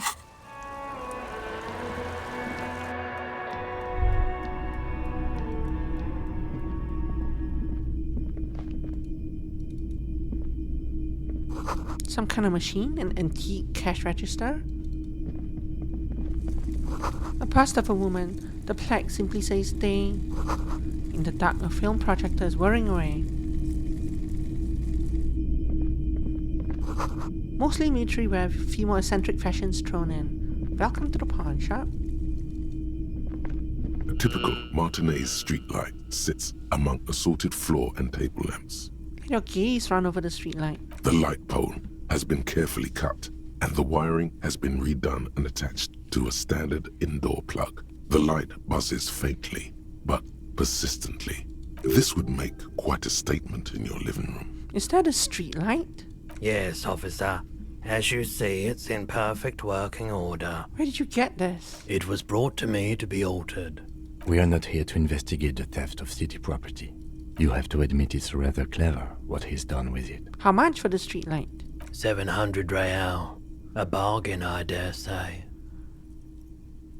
700 sounds about right. I imagine it wasn't easy sawing up the street lamp. Hey, I don't know where it came You from, can but actually it's buy not it. every day you get to buy and sell something so extraordinary. The better be an boomboxes on the achievement tag shelf to that. look well loved and well traveled. Chipped, dented, they stare at you with the unblinking eyes of their tape reels. This might hurt me. One especially catches your eye. Deep gold and amber plastic with a big old handle on top. A classic boombox that says Stereo 8 approved. This is you. Golden orange. A sunset suite. Just make sure it works before you buy it. What I really want to know is, could this device come handy in my police work? If police work means playing tapes, sure. You can use it for that. Or any other time you'd need to play a tape. Like a beach party, with sand and sun and seagulls dancing on the breeze. Turn to Kim. Theoretically, could I bring it to a beach party? Theoretically, yes. But we don't have time right now. It's generally murder investigation first, then beach party. No. It's murder investigation first, then sit on a bench, then beach party. Okay, Kim, I'll just rock out with a pawn shop owner then. I don't like beaches. They accumulate too many photons. It's always chaos out there. But live your life, man. You can use it at a beach party if you want. Are you sure this is all in working order? Absolutely. I've tested each one myself with recordings of speech, found sounds and music from a variety of genres. Even though I don't really like music. Shopkeep, this Stereo 8 approved machine here is the Harman Welsh W2, made in Vespa, designed in Seoul. Plays all reel-to-reel formats, 2mm, 8mm, 12mm. It's even got a little radio in there. It'll set you back 12 real. Maybe someday. You see rows of toy soldiers guarding the rest of the trinkets displayed on the table.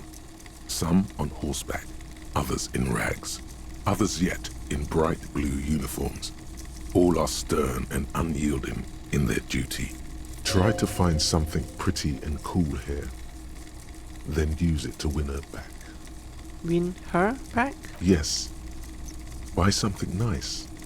A figurine.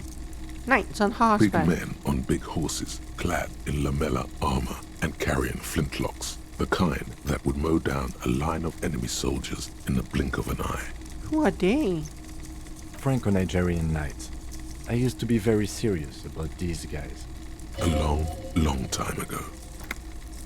Blue uniform. They're not all blue.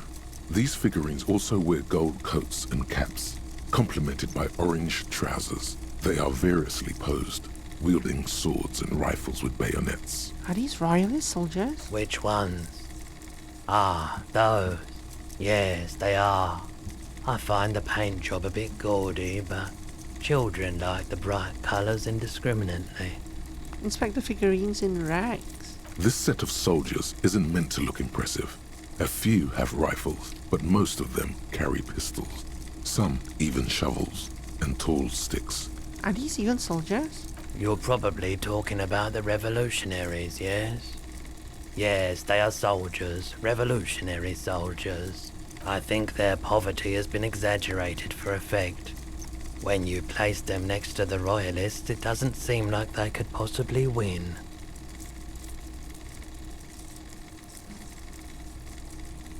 So which is the ultra liberal dialogue options here?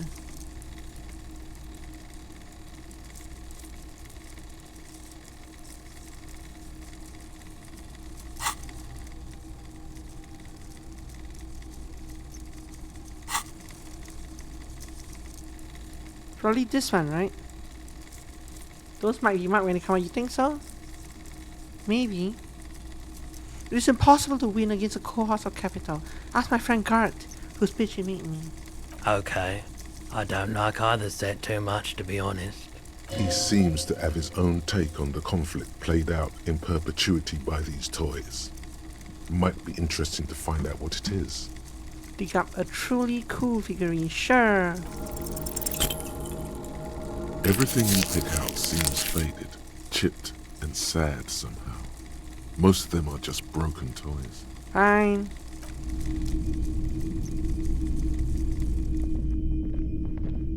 It's not often that I see officers from the RCM in my pawn shop. The man on the counter turns to you slowly. What can I do for you? He asks. His courtesy is not insincere, but he prefers being alone with his projector, just watching the movement of light across the walls of the shop. Sorry, feel like I'm interrupting you. Oh no, not at all. I guess I haven't had many customers lately. RCM or otherwise. Who are your customers usually?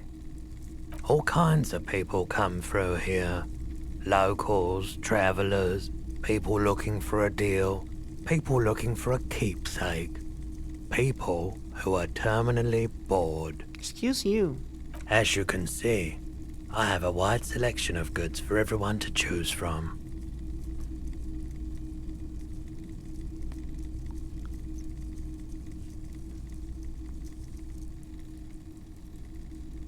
Huh. I don't think this is ultra-liberal either.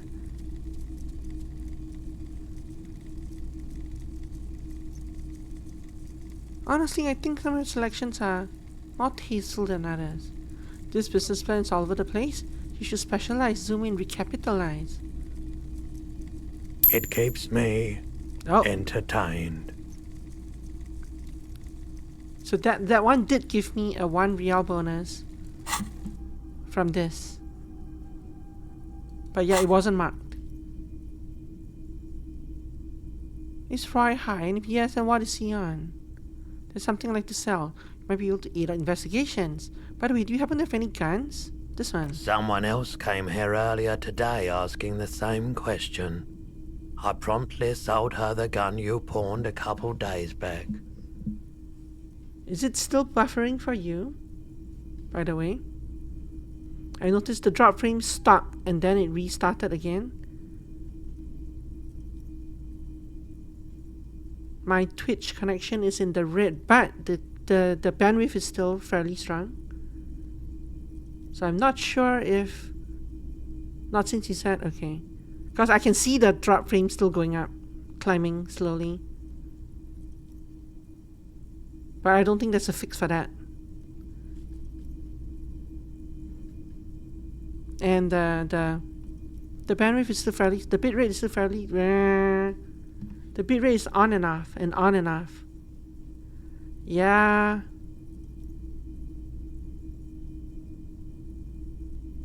I shouldn't have asked. Yeah, no kidding. It's frustrating, eh?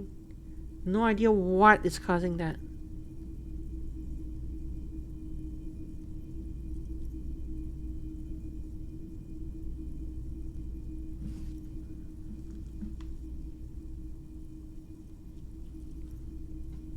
Well, hopefully it catches up. Hopefully it calms down soon. It's going back and forth between okay and not okay. I promptly sold her the gun you pawned a couple days back. The lieutenant shifts from one foot to another. Alert. Wait, I sold you my gun? It's very bad now? Yeah, I don't know. I don't know what I can do about it. Nothing, basically, right? Just have to kind of wait it out, I guess.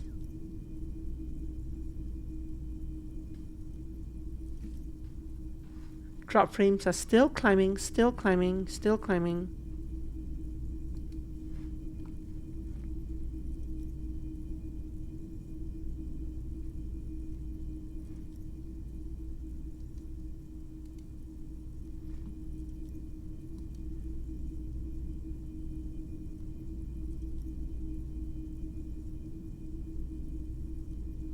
Still climbing, and I'm not downloading or uploading anything in the background or anything like that, so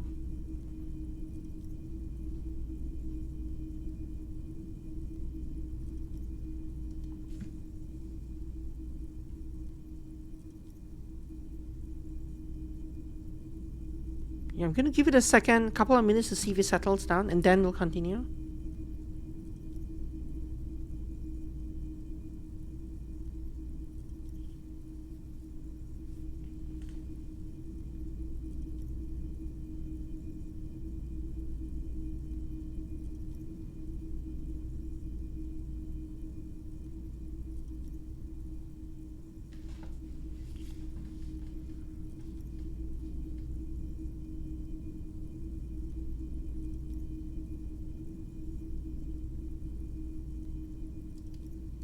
My stream stability is completely in the red now.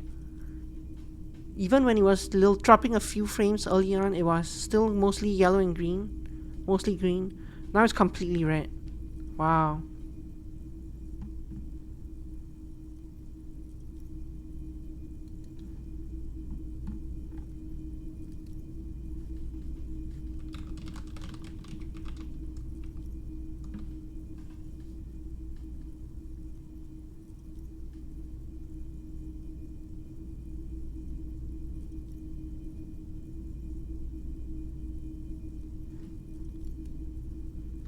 Refresh because you're very far behind but it's still buffering. Yeah, no, I know, yep. Yep, I still see the frames dropping and my bit rate completely the red now. Although my upload is not in the dumps like last night. It varies though.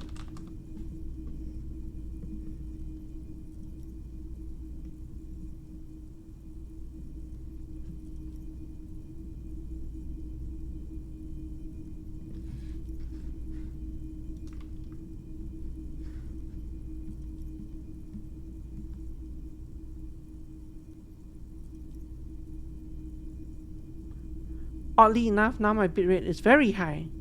Way too high. No, it should never even be this high. What is OBS/Twitch doing? OBS itself disconnected and reconnected without me doing a thing. And now it's fine, but I'm not sure if it's fine because... Shut up, Taggy. Now it... Yeah, OBS itself disconnected and reconnected. But now it's completely in the green and everything's fine, there's no drop frames. Was it an OBS problem? It shouldn't be though, right? Hi. So OBS itself, so what happened was that OBS suddenly had a burst of activity. Does OBS an update available? Not as far as I know. I usually update it right away. No update available that I can see. But OBS, the bitrate suddenly burst. The kbps went to a lot higher than I ran it at, and then it restarted. It didn't restart. The program itself did not restart. Did it update recently? I don't know, maybe a couple of weeks ago. But it's definitely not like within the last couple of days.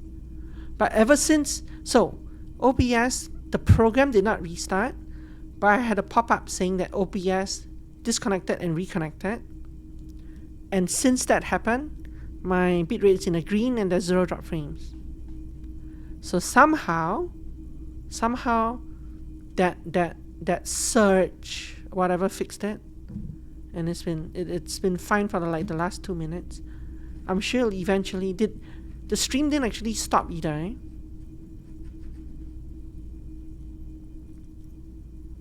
Yeah, I'm not sure why. Did it?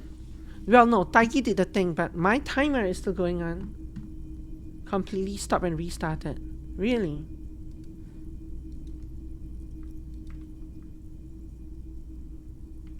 Two-minute timer for me, weird. Yeah, OBS is still going on. My OBS is still chugging on happily. It says it's at 2 hours and 3 minutes uptime. Yeah, I don't know. It didn't on my end, it didn't restart the stream. But yeah, who knows. Anyway. And here comes the stupid pre-roll ads again. Okay. The lieutenant shifts from one foot to another alert. Wait, I sold you my gun? You is the sound and everything still fine? It should be, right? Yeah, I see the mixer going on fine. It should be fine. You were adamant about getting rid of it, officer. Said you were undeserving of a service weapon of the Revachol Citizens Militia. Yeah, I enjoy those ads. It was my conspiracy to... It was all a conspiracy, so I could run extra ads. Oh, I see the drop frames building again.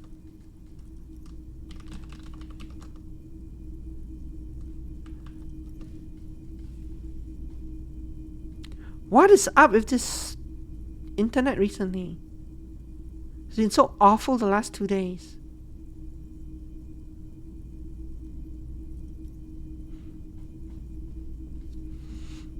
Yeah. Bad internet is one of the... Yeah, I know, I can see it.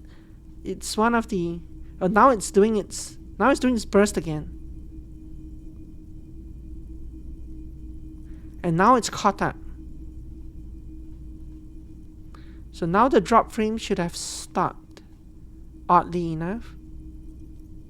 The drop frames have stopped. And the bitrate has stabilized again. I don't know. I don't know why it's doing that. One of the most frustrating things to deal with, since it's completely out of my control, completely derails the stream.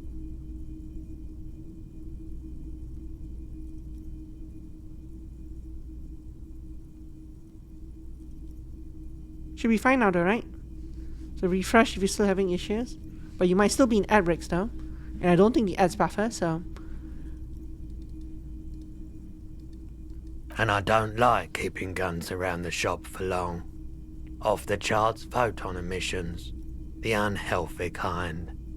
He's not telling you the whole story. It seems he's trying to spare you.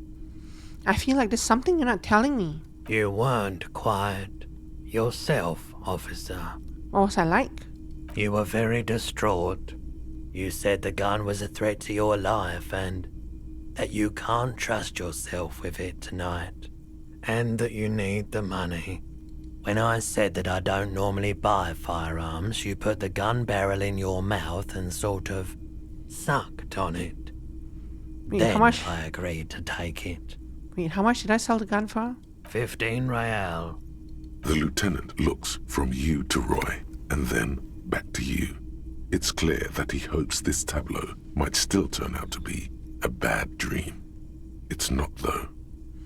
Yeah, the stream is stable now, but during the ads it was going bad. It went bad for a couple of minutes. Hi, welcome back. There is nothing I can do about the drop frames and the lag. So enjoy. Hopefully my internet, soon as ads ended, skip ahead. Well, good. Enjoy. Hopefully it remains stable. This has got to be the most. Wow. Wow. Are you talking about the gun or are you talking about my internet? There's pity there too, in case you didn't notice. I'm so sorry you had to see me in that state. We don't have to talk about it any further. No apologies necessary, officer. Was the buyer a policeman too? She didn't seem like a policeman, although she kept referring to herself as a pig, which was odd. I found her interest in the gun a bit obsessive, but I was just happy to get rid of it, and of her. Truth be told, she was terrifying. Right, so let me get this right. You sold your sidearm, issued by the citizens' militia, and now a civilian is running around the streets of Martinez with it? Miraculously, his face does not reveal what's happening inside. I don't like it either. What if she intends to commit a crime and blame it on the citizens' militia? There's only one explanation. She must be one of my rabid fans. In that case, she'll be happy to get a visit from us, if we can find her. Any idea where I can find this buyer? My apologies, officer, but I have no idea where she was coming from or where she went. A needle in a haystack. There is nothing you can do about it right now. You'll just have to hope Everard wasn't lying, and the Union can track her down in time. Have people from Everard Clare's Union come here to track the gun? Maybe. Shady-looking guys came in here yesterday, looking like they'd just taken off their Wild Pines overalls. They asked if I have a police weapon to sell. I told them I already sold it. They went their way. It was a trip, but you know, all sorts of people come here, asking for all sorts of things. Crazy that. Maybe Claire really is tracking down your gun. At least now I know how I lost my sidearm. Let's talk about something else. Of course. XP.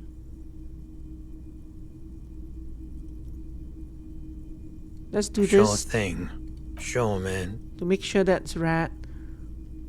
You might be able to aid our investigation. I doubt it, but I can try and answer any questions you may have. Know anything about the recent hanging? I do my best to keep my distance from all manner of butchery. Bad for business. Bad for everyone. Fair. The pawnbroker's gaze is already fixed on the dancing colors. Are you high? And if yes, what are you on? Feeling warm and Look at that enthralled check. by the movement of light, while the mind continues to race forward. Lucky bastard. He's probably on Pyrrolidon. It's tough to come by on the street. Nice roll. Pyrrolidon, what is that? A drug developed by the military to treat and prevent radiation sickness. It has psychedelic side effects, and it makes your eyes turn yellow. Is it just me, or is it really warm in here? I try to keep the shop at a comfortable temperature. There's a note of indignation in his voice. Interesting. Those triangle patches on his vest, you have a feeling they mean something, like they're similar to the halogen rectangle on your jacket. See, what's with the triangles in a vest? I was with the Emergency Relief Brigade. You know, after the People's Pile disaster. He coughs as if to mark his words. Had to take Pyrrolidon for radiation sickness. That's what you were hinting at just now, wasn't it? He's taken it for mental and emotional, not physical pain these days. Must have been tough radioactive cleanup. There's a reason why everyone's tried to forget any of it ever happened, and why no one has tried to repair or replace the pile. So much disappointment, and early deaths. Cancer mostly. And we knew all that was coming even as we were cleaning up as best we could. Whose fault was it that the generator failed? No one's. Everyone's. So much bitterness. A bunch of poor people built themselves a primitive nuclear reactor, hoping for the best. What do you think is going to happen? And tell me more about that. A bad idea. Some poor leftist built a particle decay generator in hopes of bringing affordable electricity to underserved communities. It malfunctioned. Radioactive waste everywhere. Probably some of it in you too. Tell me more about this ERB you were part of. We were an all-volunteer force. Self-organized. Tried to help the fire brigades contain the spill. I lived by the river since I was a small boy. The Esperance. Didn't have the art to let it all go to shit without trying to do something to help out. There wasn't much the volunteer force could do, however. We wasted years in the river mud. Years getting sick. How did you end up running a pawn shop? The cleanup happened 15 years ago. I was young then. Later, my second aunt died. Left me this shack and all the assorted junk in it. So I came to Martinez. People told me don't go there. It's a shithole. I said, people, we just had a nuclear pile meltdown. I'm gonna get as far away from Forburg as I can. Still in the same city, but... Thank you for telling me. I like the theory more than the story. Outward movement, not vortices. Yeah, you gotta get in on those vortices, my man. Care to share Pyrrolidon with me? What a question, sure. Have you tried it before? It's almost like he's worried for you. The lieutenant steps away, pretending to admire some of the knickknacks on display. Looks like he doesn't want to get involved. Go ahead then, he thinks. As long as you can walk straight, I don't care. I think I've tried it once. I haven't, but don't worry, I can take it. If you say so. Here you go, man. Sure. I have saved recently, right? Of course. Did you just answer me? There's something like to sell? Let me have a look. I like to sell my clothes. Sure. I'm not purchasing any more clothing at the moment. He looks you up and down quickly. And especially that tie. It swallows photons around it. I have no need for necrotic objects. Your mother is a necrotic object! I'm fun! Look at me sparkle in the light of the projector! Oh, this necktie. I'll check my pockets. Anything else you're thinking of selling? Now, these are not mine. I can just sell them. I do kind of like them. I don't know if these are supposed to be quest items in some way. But hell. Another time, perhaps. Bye.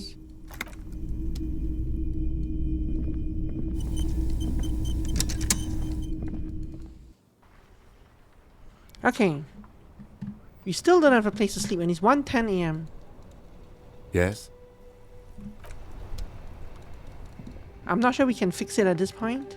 But I'm kind of curious what will happen if we don't either.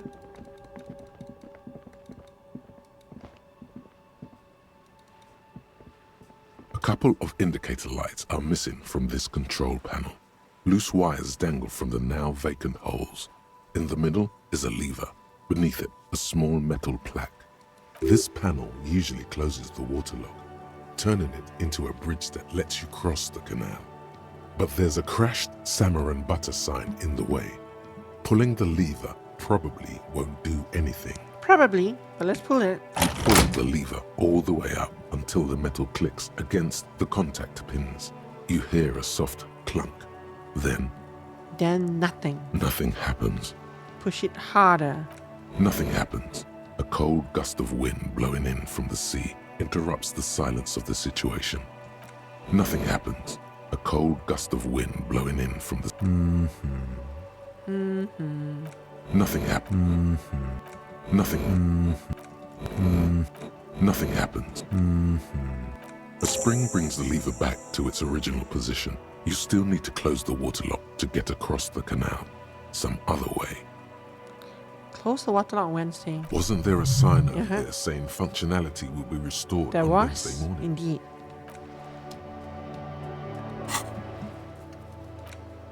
Today is... What day is it today?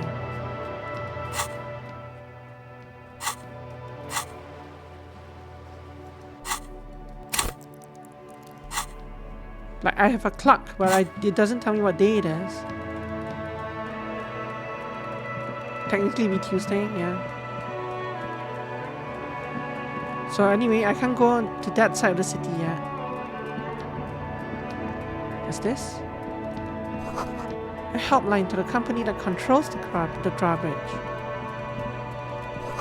Hot air rises up from the sewer, sour, acidic, and strangely comforting.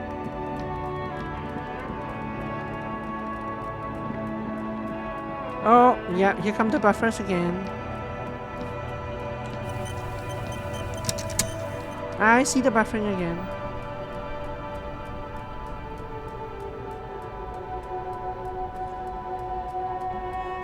And the buffering has stopped for the moment.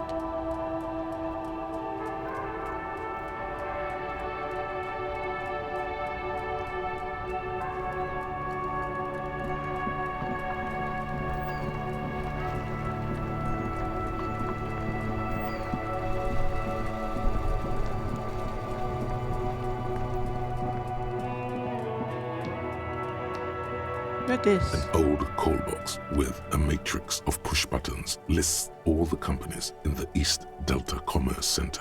Yeah. Empty card. This button looks new, but... This button looks new.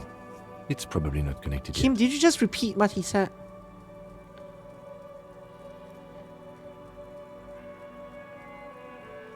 Rivershell Ice City. Silence. No one answers the doorbell. Fabron's taxi, the rest has been burned out. Looks like someone has melted half the plastic off with a lighter. The doorbell doesn't work anymore. 24-hour window. You ring the doorbell. So much for being but 24 hours. Nothing happens. Hi, hero. Kim K. Good old Kim K. Good old Kim Kardashian. I mean, Kisaragi. Whatever his name is. Kitsuragi. Artemi boxing for young athletes in All gym. you hear is static, but no one answers the call. I mean, I don't really expect anyone to answer at 1:15 a.m., but I wonder if coming in here will, at a different time of the day, will have different effects.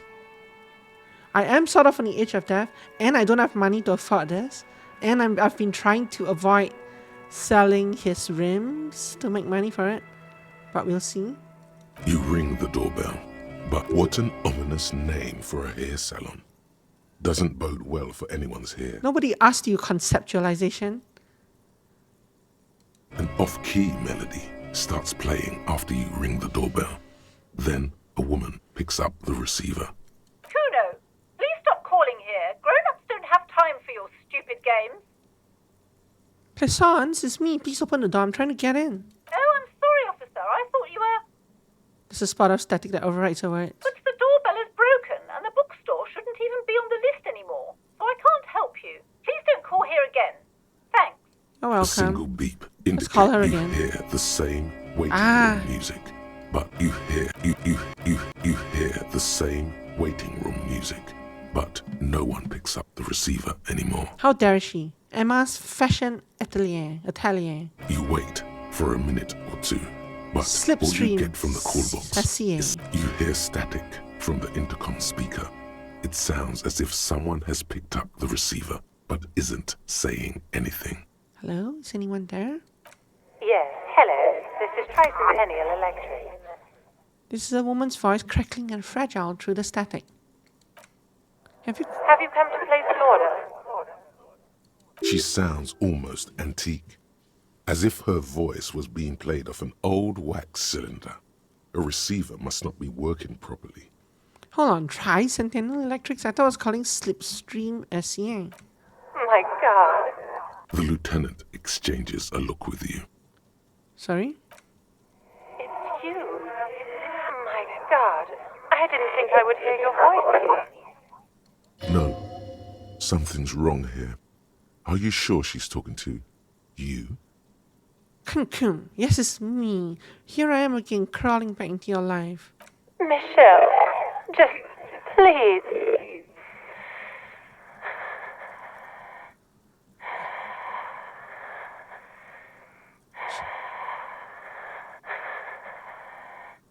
She stops, and you can hear her breathe heavily 3 times.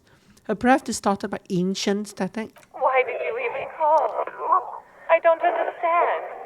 You've been gone for months. I thought you didn't care. So this acknowledges that I know my name. Of course I care. It's just that I've been going through some tough time. Ever since I came to work here, it's been different. As if my mind's been wiped clean. A spot of static overrides her words. When she speaks again, it sounds like she's submerged. It's so nice. It's so nice to be able to finally forget. Forget about what? She sounds like she's about to cry. Oh God, please don't cry. She doesn't answer. Hey, you still there? Silence. The only thing you can hear now is static and waves washing ashore on the bay. I get it. You don't want to talk to me. No one ever wants to talk to me. Another seagull passes by. It's getting cold standing here, staring at the silent call box. What a weird conversation. It must have been some kind of faulty wiring. We should maybe stop playing with this doorbell. It looks ancient. Alright, so goodbye then. You press the number sign on the keypad that terminates I can call the this again. 12 name cards on the call box read. Let's do it. Plus 1 wax cylinder. No. Nope. Hold on. The last thing you need in your life is more hysteric emotions. Forget it. Find something else to do. And this is because I'm injured, right? My volition is actually pretty decent. Except that I have a -5 penalty from a lot of damage today, which I don't think I can resolve until I sell his rims. Fortress accident. Silence. No one's home at Fortress accident. East Delta Pinball. Silence. No one answers your call. Main hall building B. Nothing happens How after dare you you. ring the doorbell. Nothing happens. So I don't think I have anything left to do except go in there, which I'm not going to do in the night. Or maybe I should. Hey, there's a...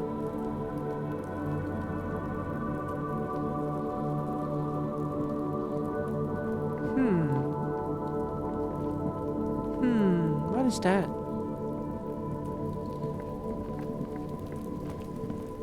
Hi. Don't really want to talk to anyone at night. What's this? Smells like spoiled meat and curdled dairy. A human being decomposes.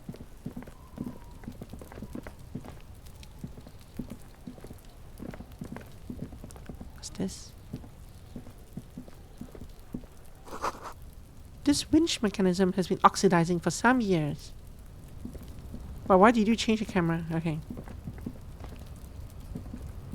An inconspicuous pile of the roofing material, Eternite. What is this? It's nothing. Someone just left some roofing material slanted against an old shack. Let's look at the thing behind the roofing material. Oh no. Because it's nice and orderly. Well, no. There's more to this. You get this strange feeling. What feeling? Hard to say. It's gone now. Feelings pass, you see. Especially the small ones. Fine. Can't access those from this side. Can't access whatever's behind that. Should be holding down this key.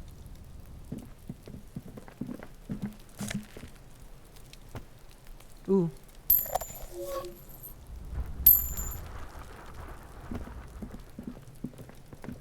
I don't want to talk to any of you guys or examine what that is. So how much money do I actually need for this? Quite a lot, right? I need like 125. She's not here at night. This lady. But you are. I mean, you were here before already. Oh. Can I help you? Yes. Have you got it? A lot. A lot. 130 for the room, real. drinks, and broken windows. Does that And we've gone arrangement through include you paying me what we already agreed you owe me? Game? Everything is just a game to you. Not until you bring me the... Okay. I might have... I really did... Oh, Lieutenant. We're done. Yes. We're gonna have you go got through... it?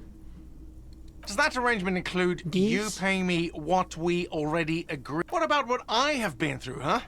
You're not the goddamn protagonist of this story. Literary demotion. That's the worst. That is the worst. Not until you... Okay. I really... Oh, Lieutenant. We're done here. Another thing. Great. I love those. This is new. I saw a sign that said I couldn't go into the kitchen. Why can't I go into the kitchen? What are you, a cook now? That's none of your business. I have a search warrant. No, you don't. You better believe it. Fucker. Lay off the swear words. They don't make you cool. This isn't kindergarten. Besides, the RCM doesn't do search warrants. I know the law. You'll just have to wait for the kitchen to open. If you have to get in there, which you don't. You do realize you can just go into the kitchen at 1300 hours. No need for superstar charm or Sambo-style antics here. Sambo is an acronym for Thanks, Samoan Encyclopedia. boxing, graceful martial arts stuff. Sambo style implies stealth, cleverness, and cool. Just letting you know. Oh, yes, that door, sure. No, I don't have awesome He's attempting to maintain an air of indifference. It's at... Fine, okay. So, I haven't opened it. Yes? Yes. Have you got... Does that arrangement include... As a police officer, you must understand that I cannot take you at your word without evidence. Evidence being money. You can't stay here without money. Oh, wonderful. Try to do that. Not until you... Okay. I really... Oh, Lieutenant. We're done So I don't here. think there is a way to convince, quote-unquote, him here. Yes. I don't blame him. Does that arrangement include... I understand your predicament. I feel I must remind you. Forgive me for saying... He shrinks back. I mean no offense. It's really nothing... Not that I until found, you... yeah. Okay.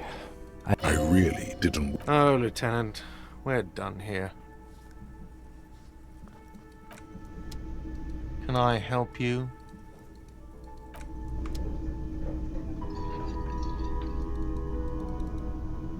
There's a thing here.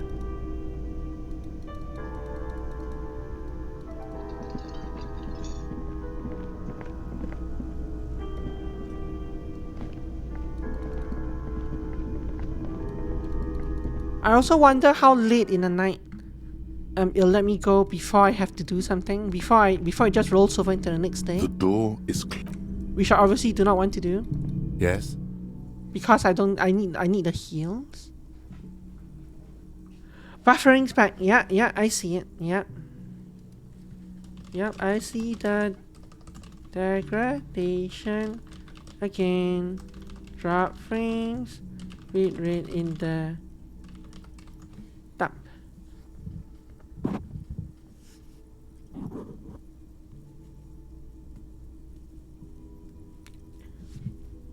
And now it's catching up. And now it's good.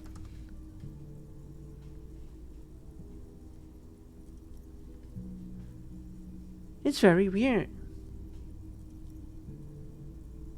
It's like it gets throttled for a minute or two, and then it bursts open and the bitrate surges through as it catches up. And then after that, it's fine.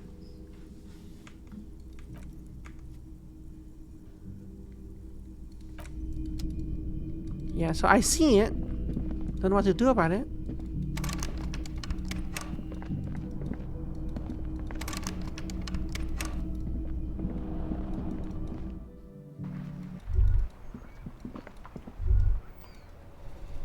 Yes?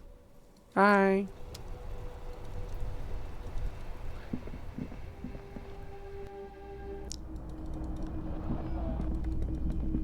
So like the way forward is to proceed with the selling of his tires, the tire rims. But I'm probably going to do that tomorrow. I'm just gonna run around today and see what else I find. In the meantime, because there's a lot of things that are here, but they're kind of locked to me. Never found a bag for The dented this. yellow mailbox greets you with its graffito and bullet holes in the front. Don't really want to kick that thing. This door's probably locked now. Is there a path here that I didn't explore? There kind of is. Current operator viewer has been banged up. Inoperable. Yeah, it reads broken window, tips as windows. If you had a bag in your hand, you could collect these boxes and sell them. What's this? This coin-operated viewer is facing southwest. Its coin slot is full of fossilized bubblegum, rendering the machine permanently inaccessible. Poor little viewer, pat it. The metal feels cold and wet under your palm. It looks unhygienic. Look inside. A thick layer of graffito covers the lenses. You spell out the word Onug written on the other side, with N and C scribbled backwards. Let's shift your focus to the background. Under the graffito, a sea of blues and greys appear. Behind the water lies a coast studded with concrete and reeds. On it, a church on stilts, lanky weather-worn wooden planks, an X-shaped cross topping its tower. The church looks old and weather-worn. There are no lights in the windows. Vandalism. Probably some kids. Yo.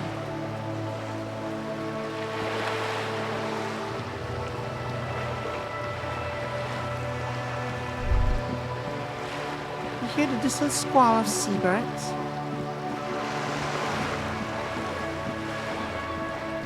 The splatter of bullet holes line the wall.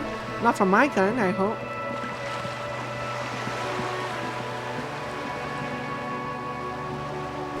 To roundabout north. To Keepside Apartments, Martinez Pier. This coin-operated viewer is facing south. The instruction manual says to insert 25 centimes and pull the handle while looking inside. Then use the focus knob to zoom in if necessary. Yes, but not now.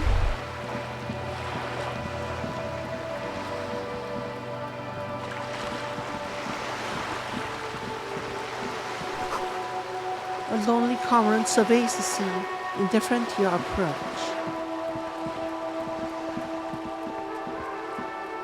Oh, this requires going around? No, the belly of this boat shines like it was recently painted.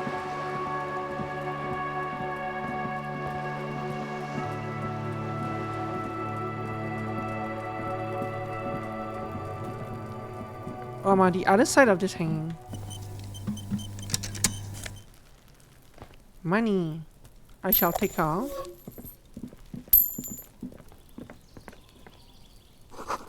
A garden hose. This won't be of much use until the snow melts. There must be another way into the building.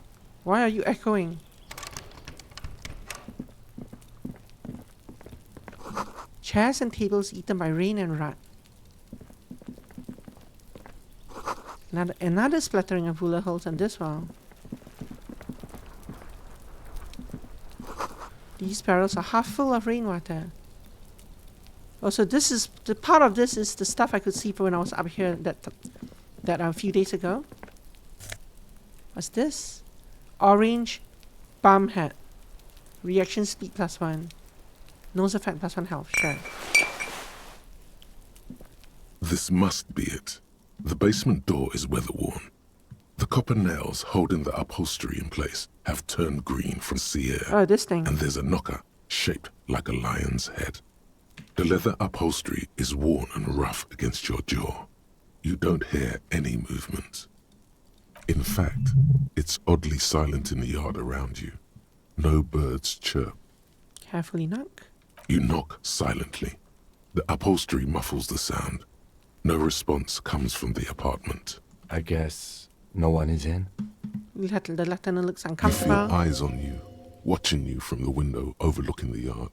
Lieutenant, what is your opinion of this task we're undertaking? Let's be honest. This isn't what You I knock joined the silently, RCM yeah. for. But every day tells you something new about yourself. Apparently, working with the local union boss to get info on an investigation is not something I'm squeamish about. So you don't mind if I unlock the door? I mind that the local thug is using the RCM for his busy work. But if this gets us to the bottom of this hanging, then I'm willing to look over it. On the other hand, we could just leave and tell Evrart we opened the door. No one seems to be tailing us to see if we actually did it. Lie to Everett, that's also an option. Yes, presenting a fabrication is known to get results here and there. You took this task. You make the call. The door is right here. You can just open it and be done with this. Besides, if you never open it, That's true. you're never going to find out what's behind the door. That's true. Sure. You try to be as silent as you can. It takes a bit of rattling of the handle to loosen the bolt. Finally, the door unlocks with a small clack. Thoughts race through your head. Well, buddy, you opened it. No need to go inside. It would be rude. Only curiosity could account for stepping over that threshold. Yes, Inland Empire knows me well. Maybe there's treasure in there. A white alligator. Exactly. A fountain of quicksilver. Possibly.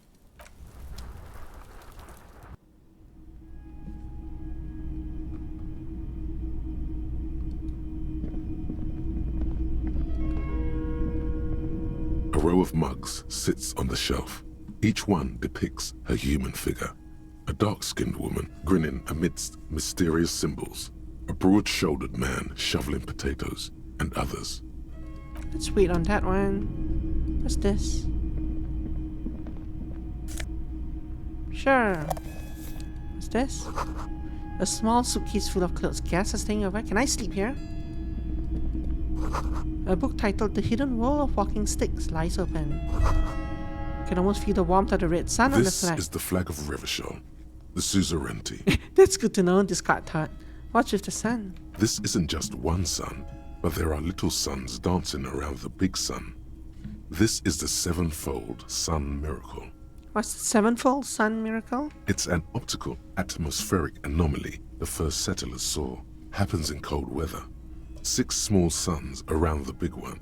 This complex halo phenomena is how old Revachol got its flag. It is but one of the many strange optic atmospheric phenomenon of this wondrous archipelago. You're sure you once saw sundogs in your youth, and blue flares. Lieutenant, the old flag of the suzerain. Mm-hmm. The tenant is an old-fashioned guy. Bow down before the flag, sure. The lieutenant does not bow to the flag. It accepts your salute with quiet dignity. It is not my flag, he thinks. My flag is the signal blue of the zone of control.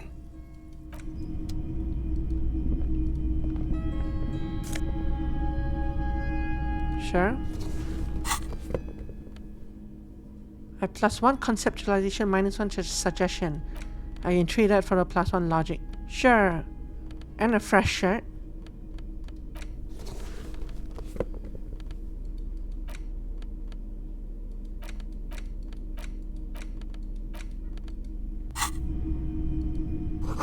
Whoever lives here admires fair-haired fantasy heroes with big muscles.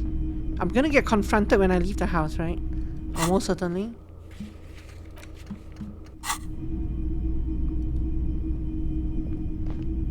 A row of mugs sits Tap on on it. a little ring. Though cheerful, the images on the ceramic make you vaguely uncomfortable. The images betray a lack of interest in human beings. They are merely unflattering caricatures. What do I mean uncomfortable? The owner of these mugs doesn't like people of other ethnicities very much. So what? They can think what they want. This is a free world. Of course, so very free. The lieutenant picks up one of the mugs, then puts it back down with a look of disdain. I'm beginning to feel better about breaking into this man's apartment. It's clear you like the hard stuff, Brota. Brother? What is my lower intestine going on about? Lower intestine? The term is metabolic and circulatory system. Okay, but what's the hard stuff? Fascism, Brota.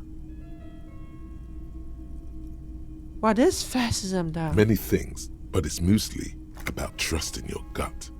Who does your gut tell you is the source of Revershol's I thought you were my circulatory system. Why is my lower intestine judging me? And I'm supposed to be this thing wants me to be an ultra liberalist,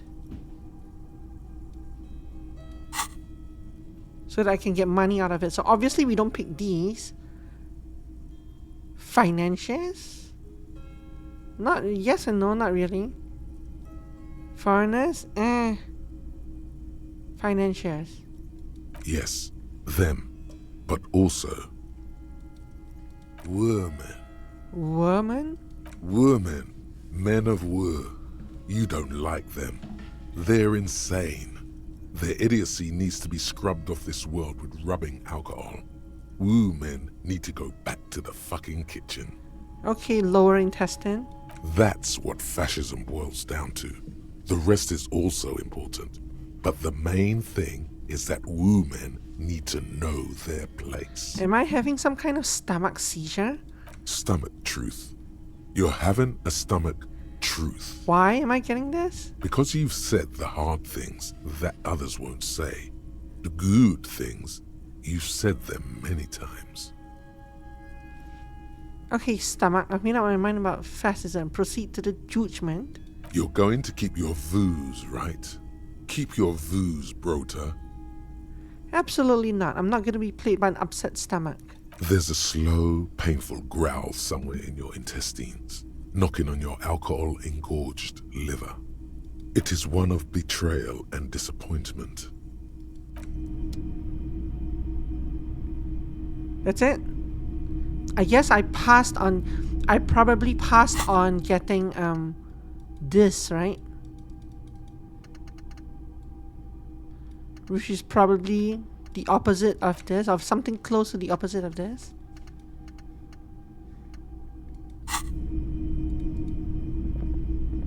Didn't sound like, yeah, not really. Well, we're gonna get confronted when we go out, I'm guessing. No. No one's here, okay. Okay. Still haven't figured out how to get up onto some of these places. I am actually not buffering right now. But it might have been buffering when I wasn't looking. I probably have to go in here. There must be another way into the building. Why are you echoing? I can't really use this or anything to climb it.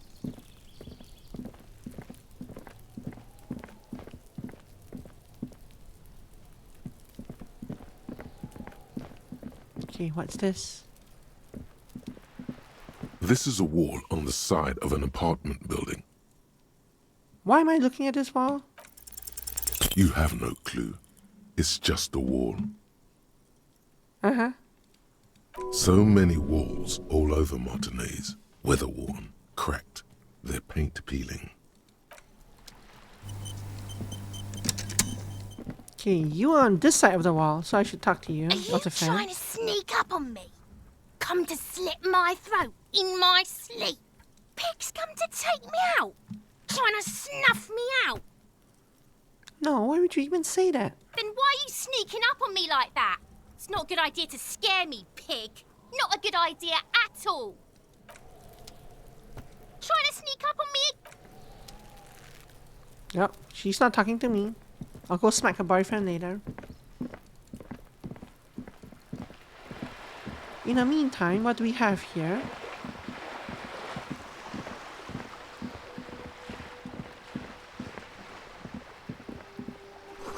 Cape Side Apartments. Rudy St. Ghislaine, roundabout north. Inside the frame of a motorcycle in repair and the tools used to disassemble it. Hey! Hey! Up there, Piggo! There's a girl up there. Did she spill the paint? What's this?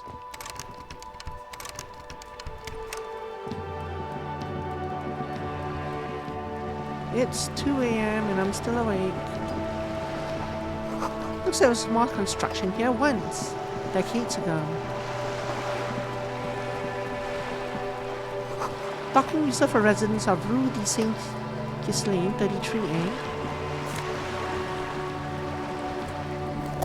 I won't say no to more healing items. No room in the world isn't much bigger than this sleep. This is worth more than you ever earned in all your life. Shadows on the water, green plants under the calm surface. A striking woman leans against the cabin top of her sailing boat, smiling as you approach. Her green raincoat glistens with droplets. A silk scarf is tied around her throat. Good evening, officers. I'm Joyce. You're extending her hand in greeting from here? Joyce L. Messier. I represent the board of Wild Pines, the owners of the harbour. You gentlemen What are you must doing be here? from the 1:56 in the RCM. morning, yes. What exactly is the RCM? I remember hearing from somewhere. This is a stupid question, because we know the answer.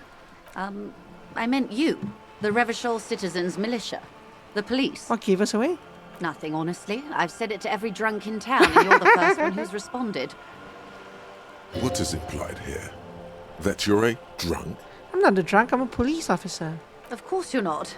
It was only a joke. Joyce L. What does the L stand for? Dayton, my maiden name. Her bony hand dangles from the sleeve of her oversized raincoat. I'll shake her hand. I'm glad to see you here. Her grip is tight and cold. She seems relieved. I was dispatched to handle a strike, not a lynching.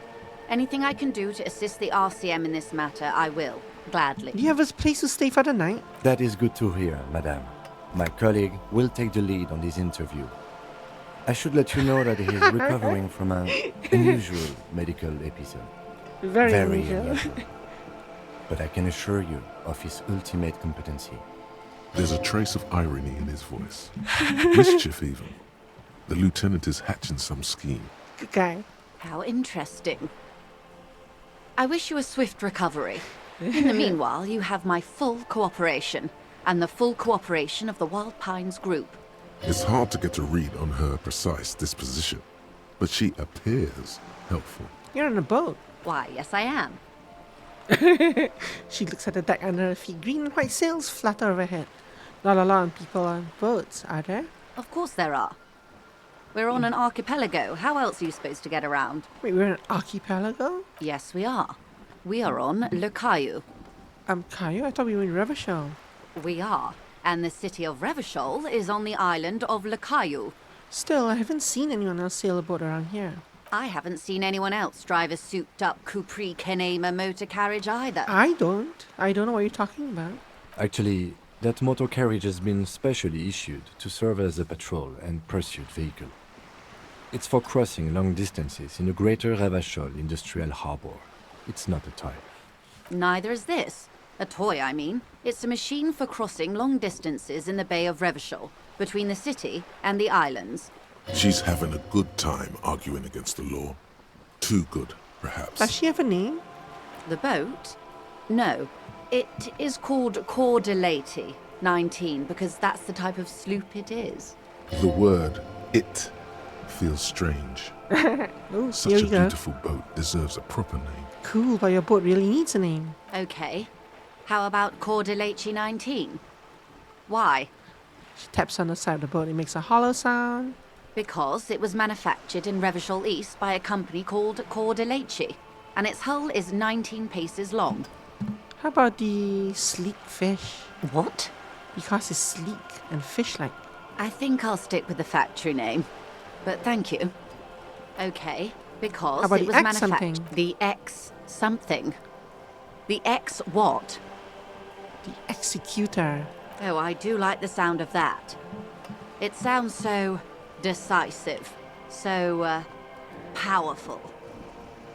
Okay, well, what kind of boat is it? It's a pleasure craft, a 19 pacer. It also happens to be rated for Category 1 racing. Though these days I mainly use it for business. How do you like it? I see the drop frames climbing again. My sloop? I like it a lot. It's the eel's hips, baby. And stopping. I'm enjoying this part of the interview. It has so little to do with the murder we're investigating. Keep setting me up for I fun. really do, the lieutenant thinks. Is she Ah. thrown off yet? He's looking at the woman, assessing her. Do you have a license for this boat? Officer, I assure you I'm a highly qualified pleasure craft operator. The crowns of her teeth are porcelain, white as the boat's hull as she smiles. You just reported my stream to Twitch. Thanks, Satinel. Her nonchalance might be related to something called the Wayfarer Act, a law that says she doesn't need a license. Sly Fox, you're not aggressive enough to harass her further on this. Good. So, I still do see the stream having trouble. It's on and off. It's actually stable right now. But it's been on and off for the last hour. And we're over time by a little bit. And there's 5 different options here to go still. Yeah, I'm not sure if it's on Twitch's end or my end. It's hard to tell. But yeah. Anyway, we'll stop here. Tomorrow I'll start. Tomorrow hopefully the connection will be better. And we'll start going through this. Talk to people up there. And if nothing's changed, we'll go sell the tires. Sell the tire rims. Of course, Detective. Take care. You too, ma'am. Alright. Thank you for coming and struggling through all the technical issues, I guess. Still don't know if it's Twitch's end or my end. I'm hoping it's Twitch's end. I'm hoping overall, I'm hoping above all that it solves itself really soon. Because I'm not sure what else I can do. Don't think it's an issue on anything on my side. But yeah, thanks for coming. Have a wonderful evening and see you tomorrow. Bye bye.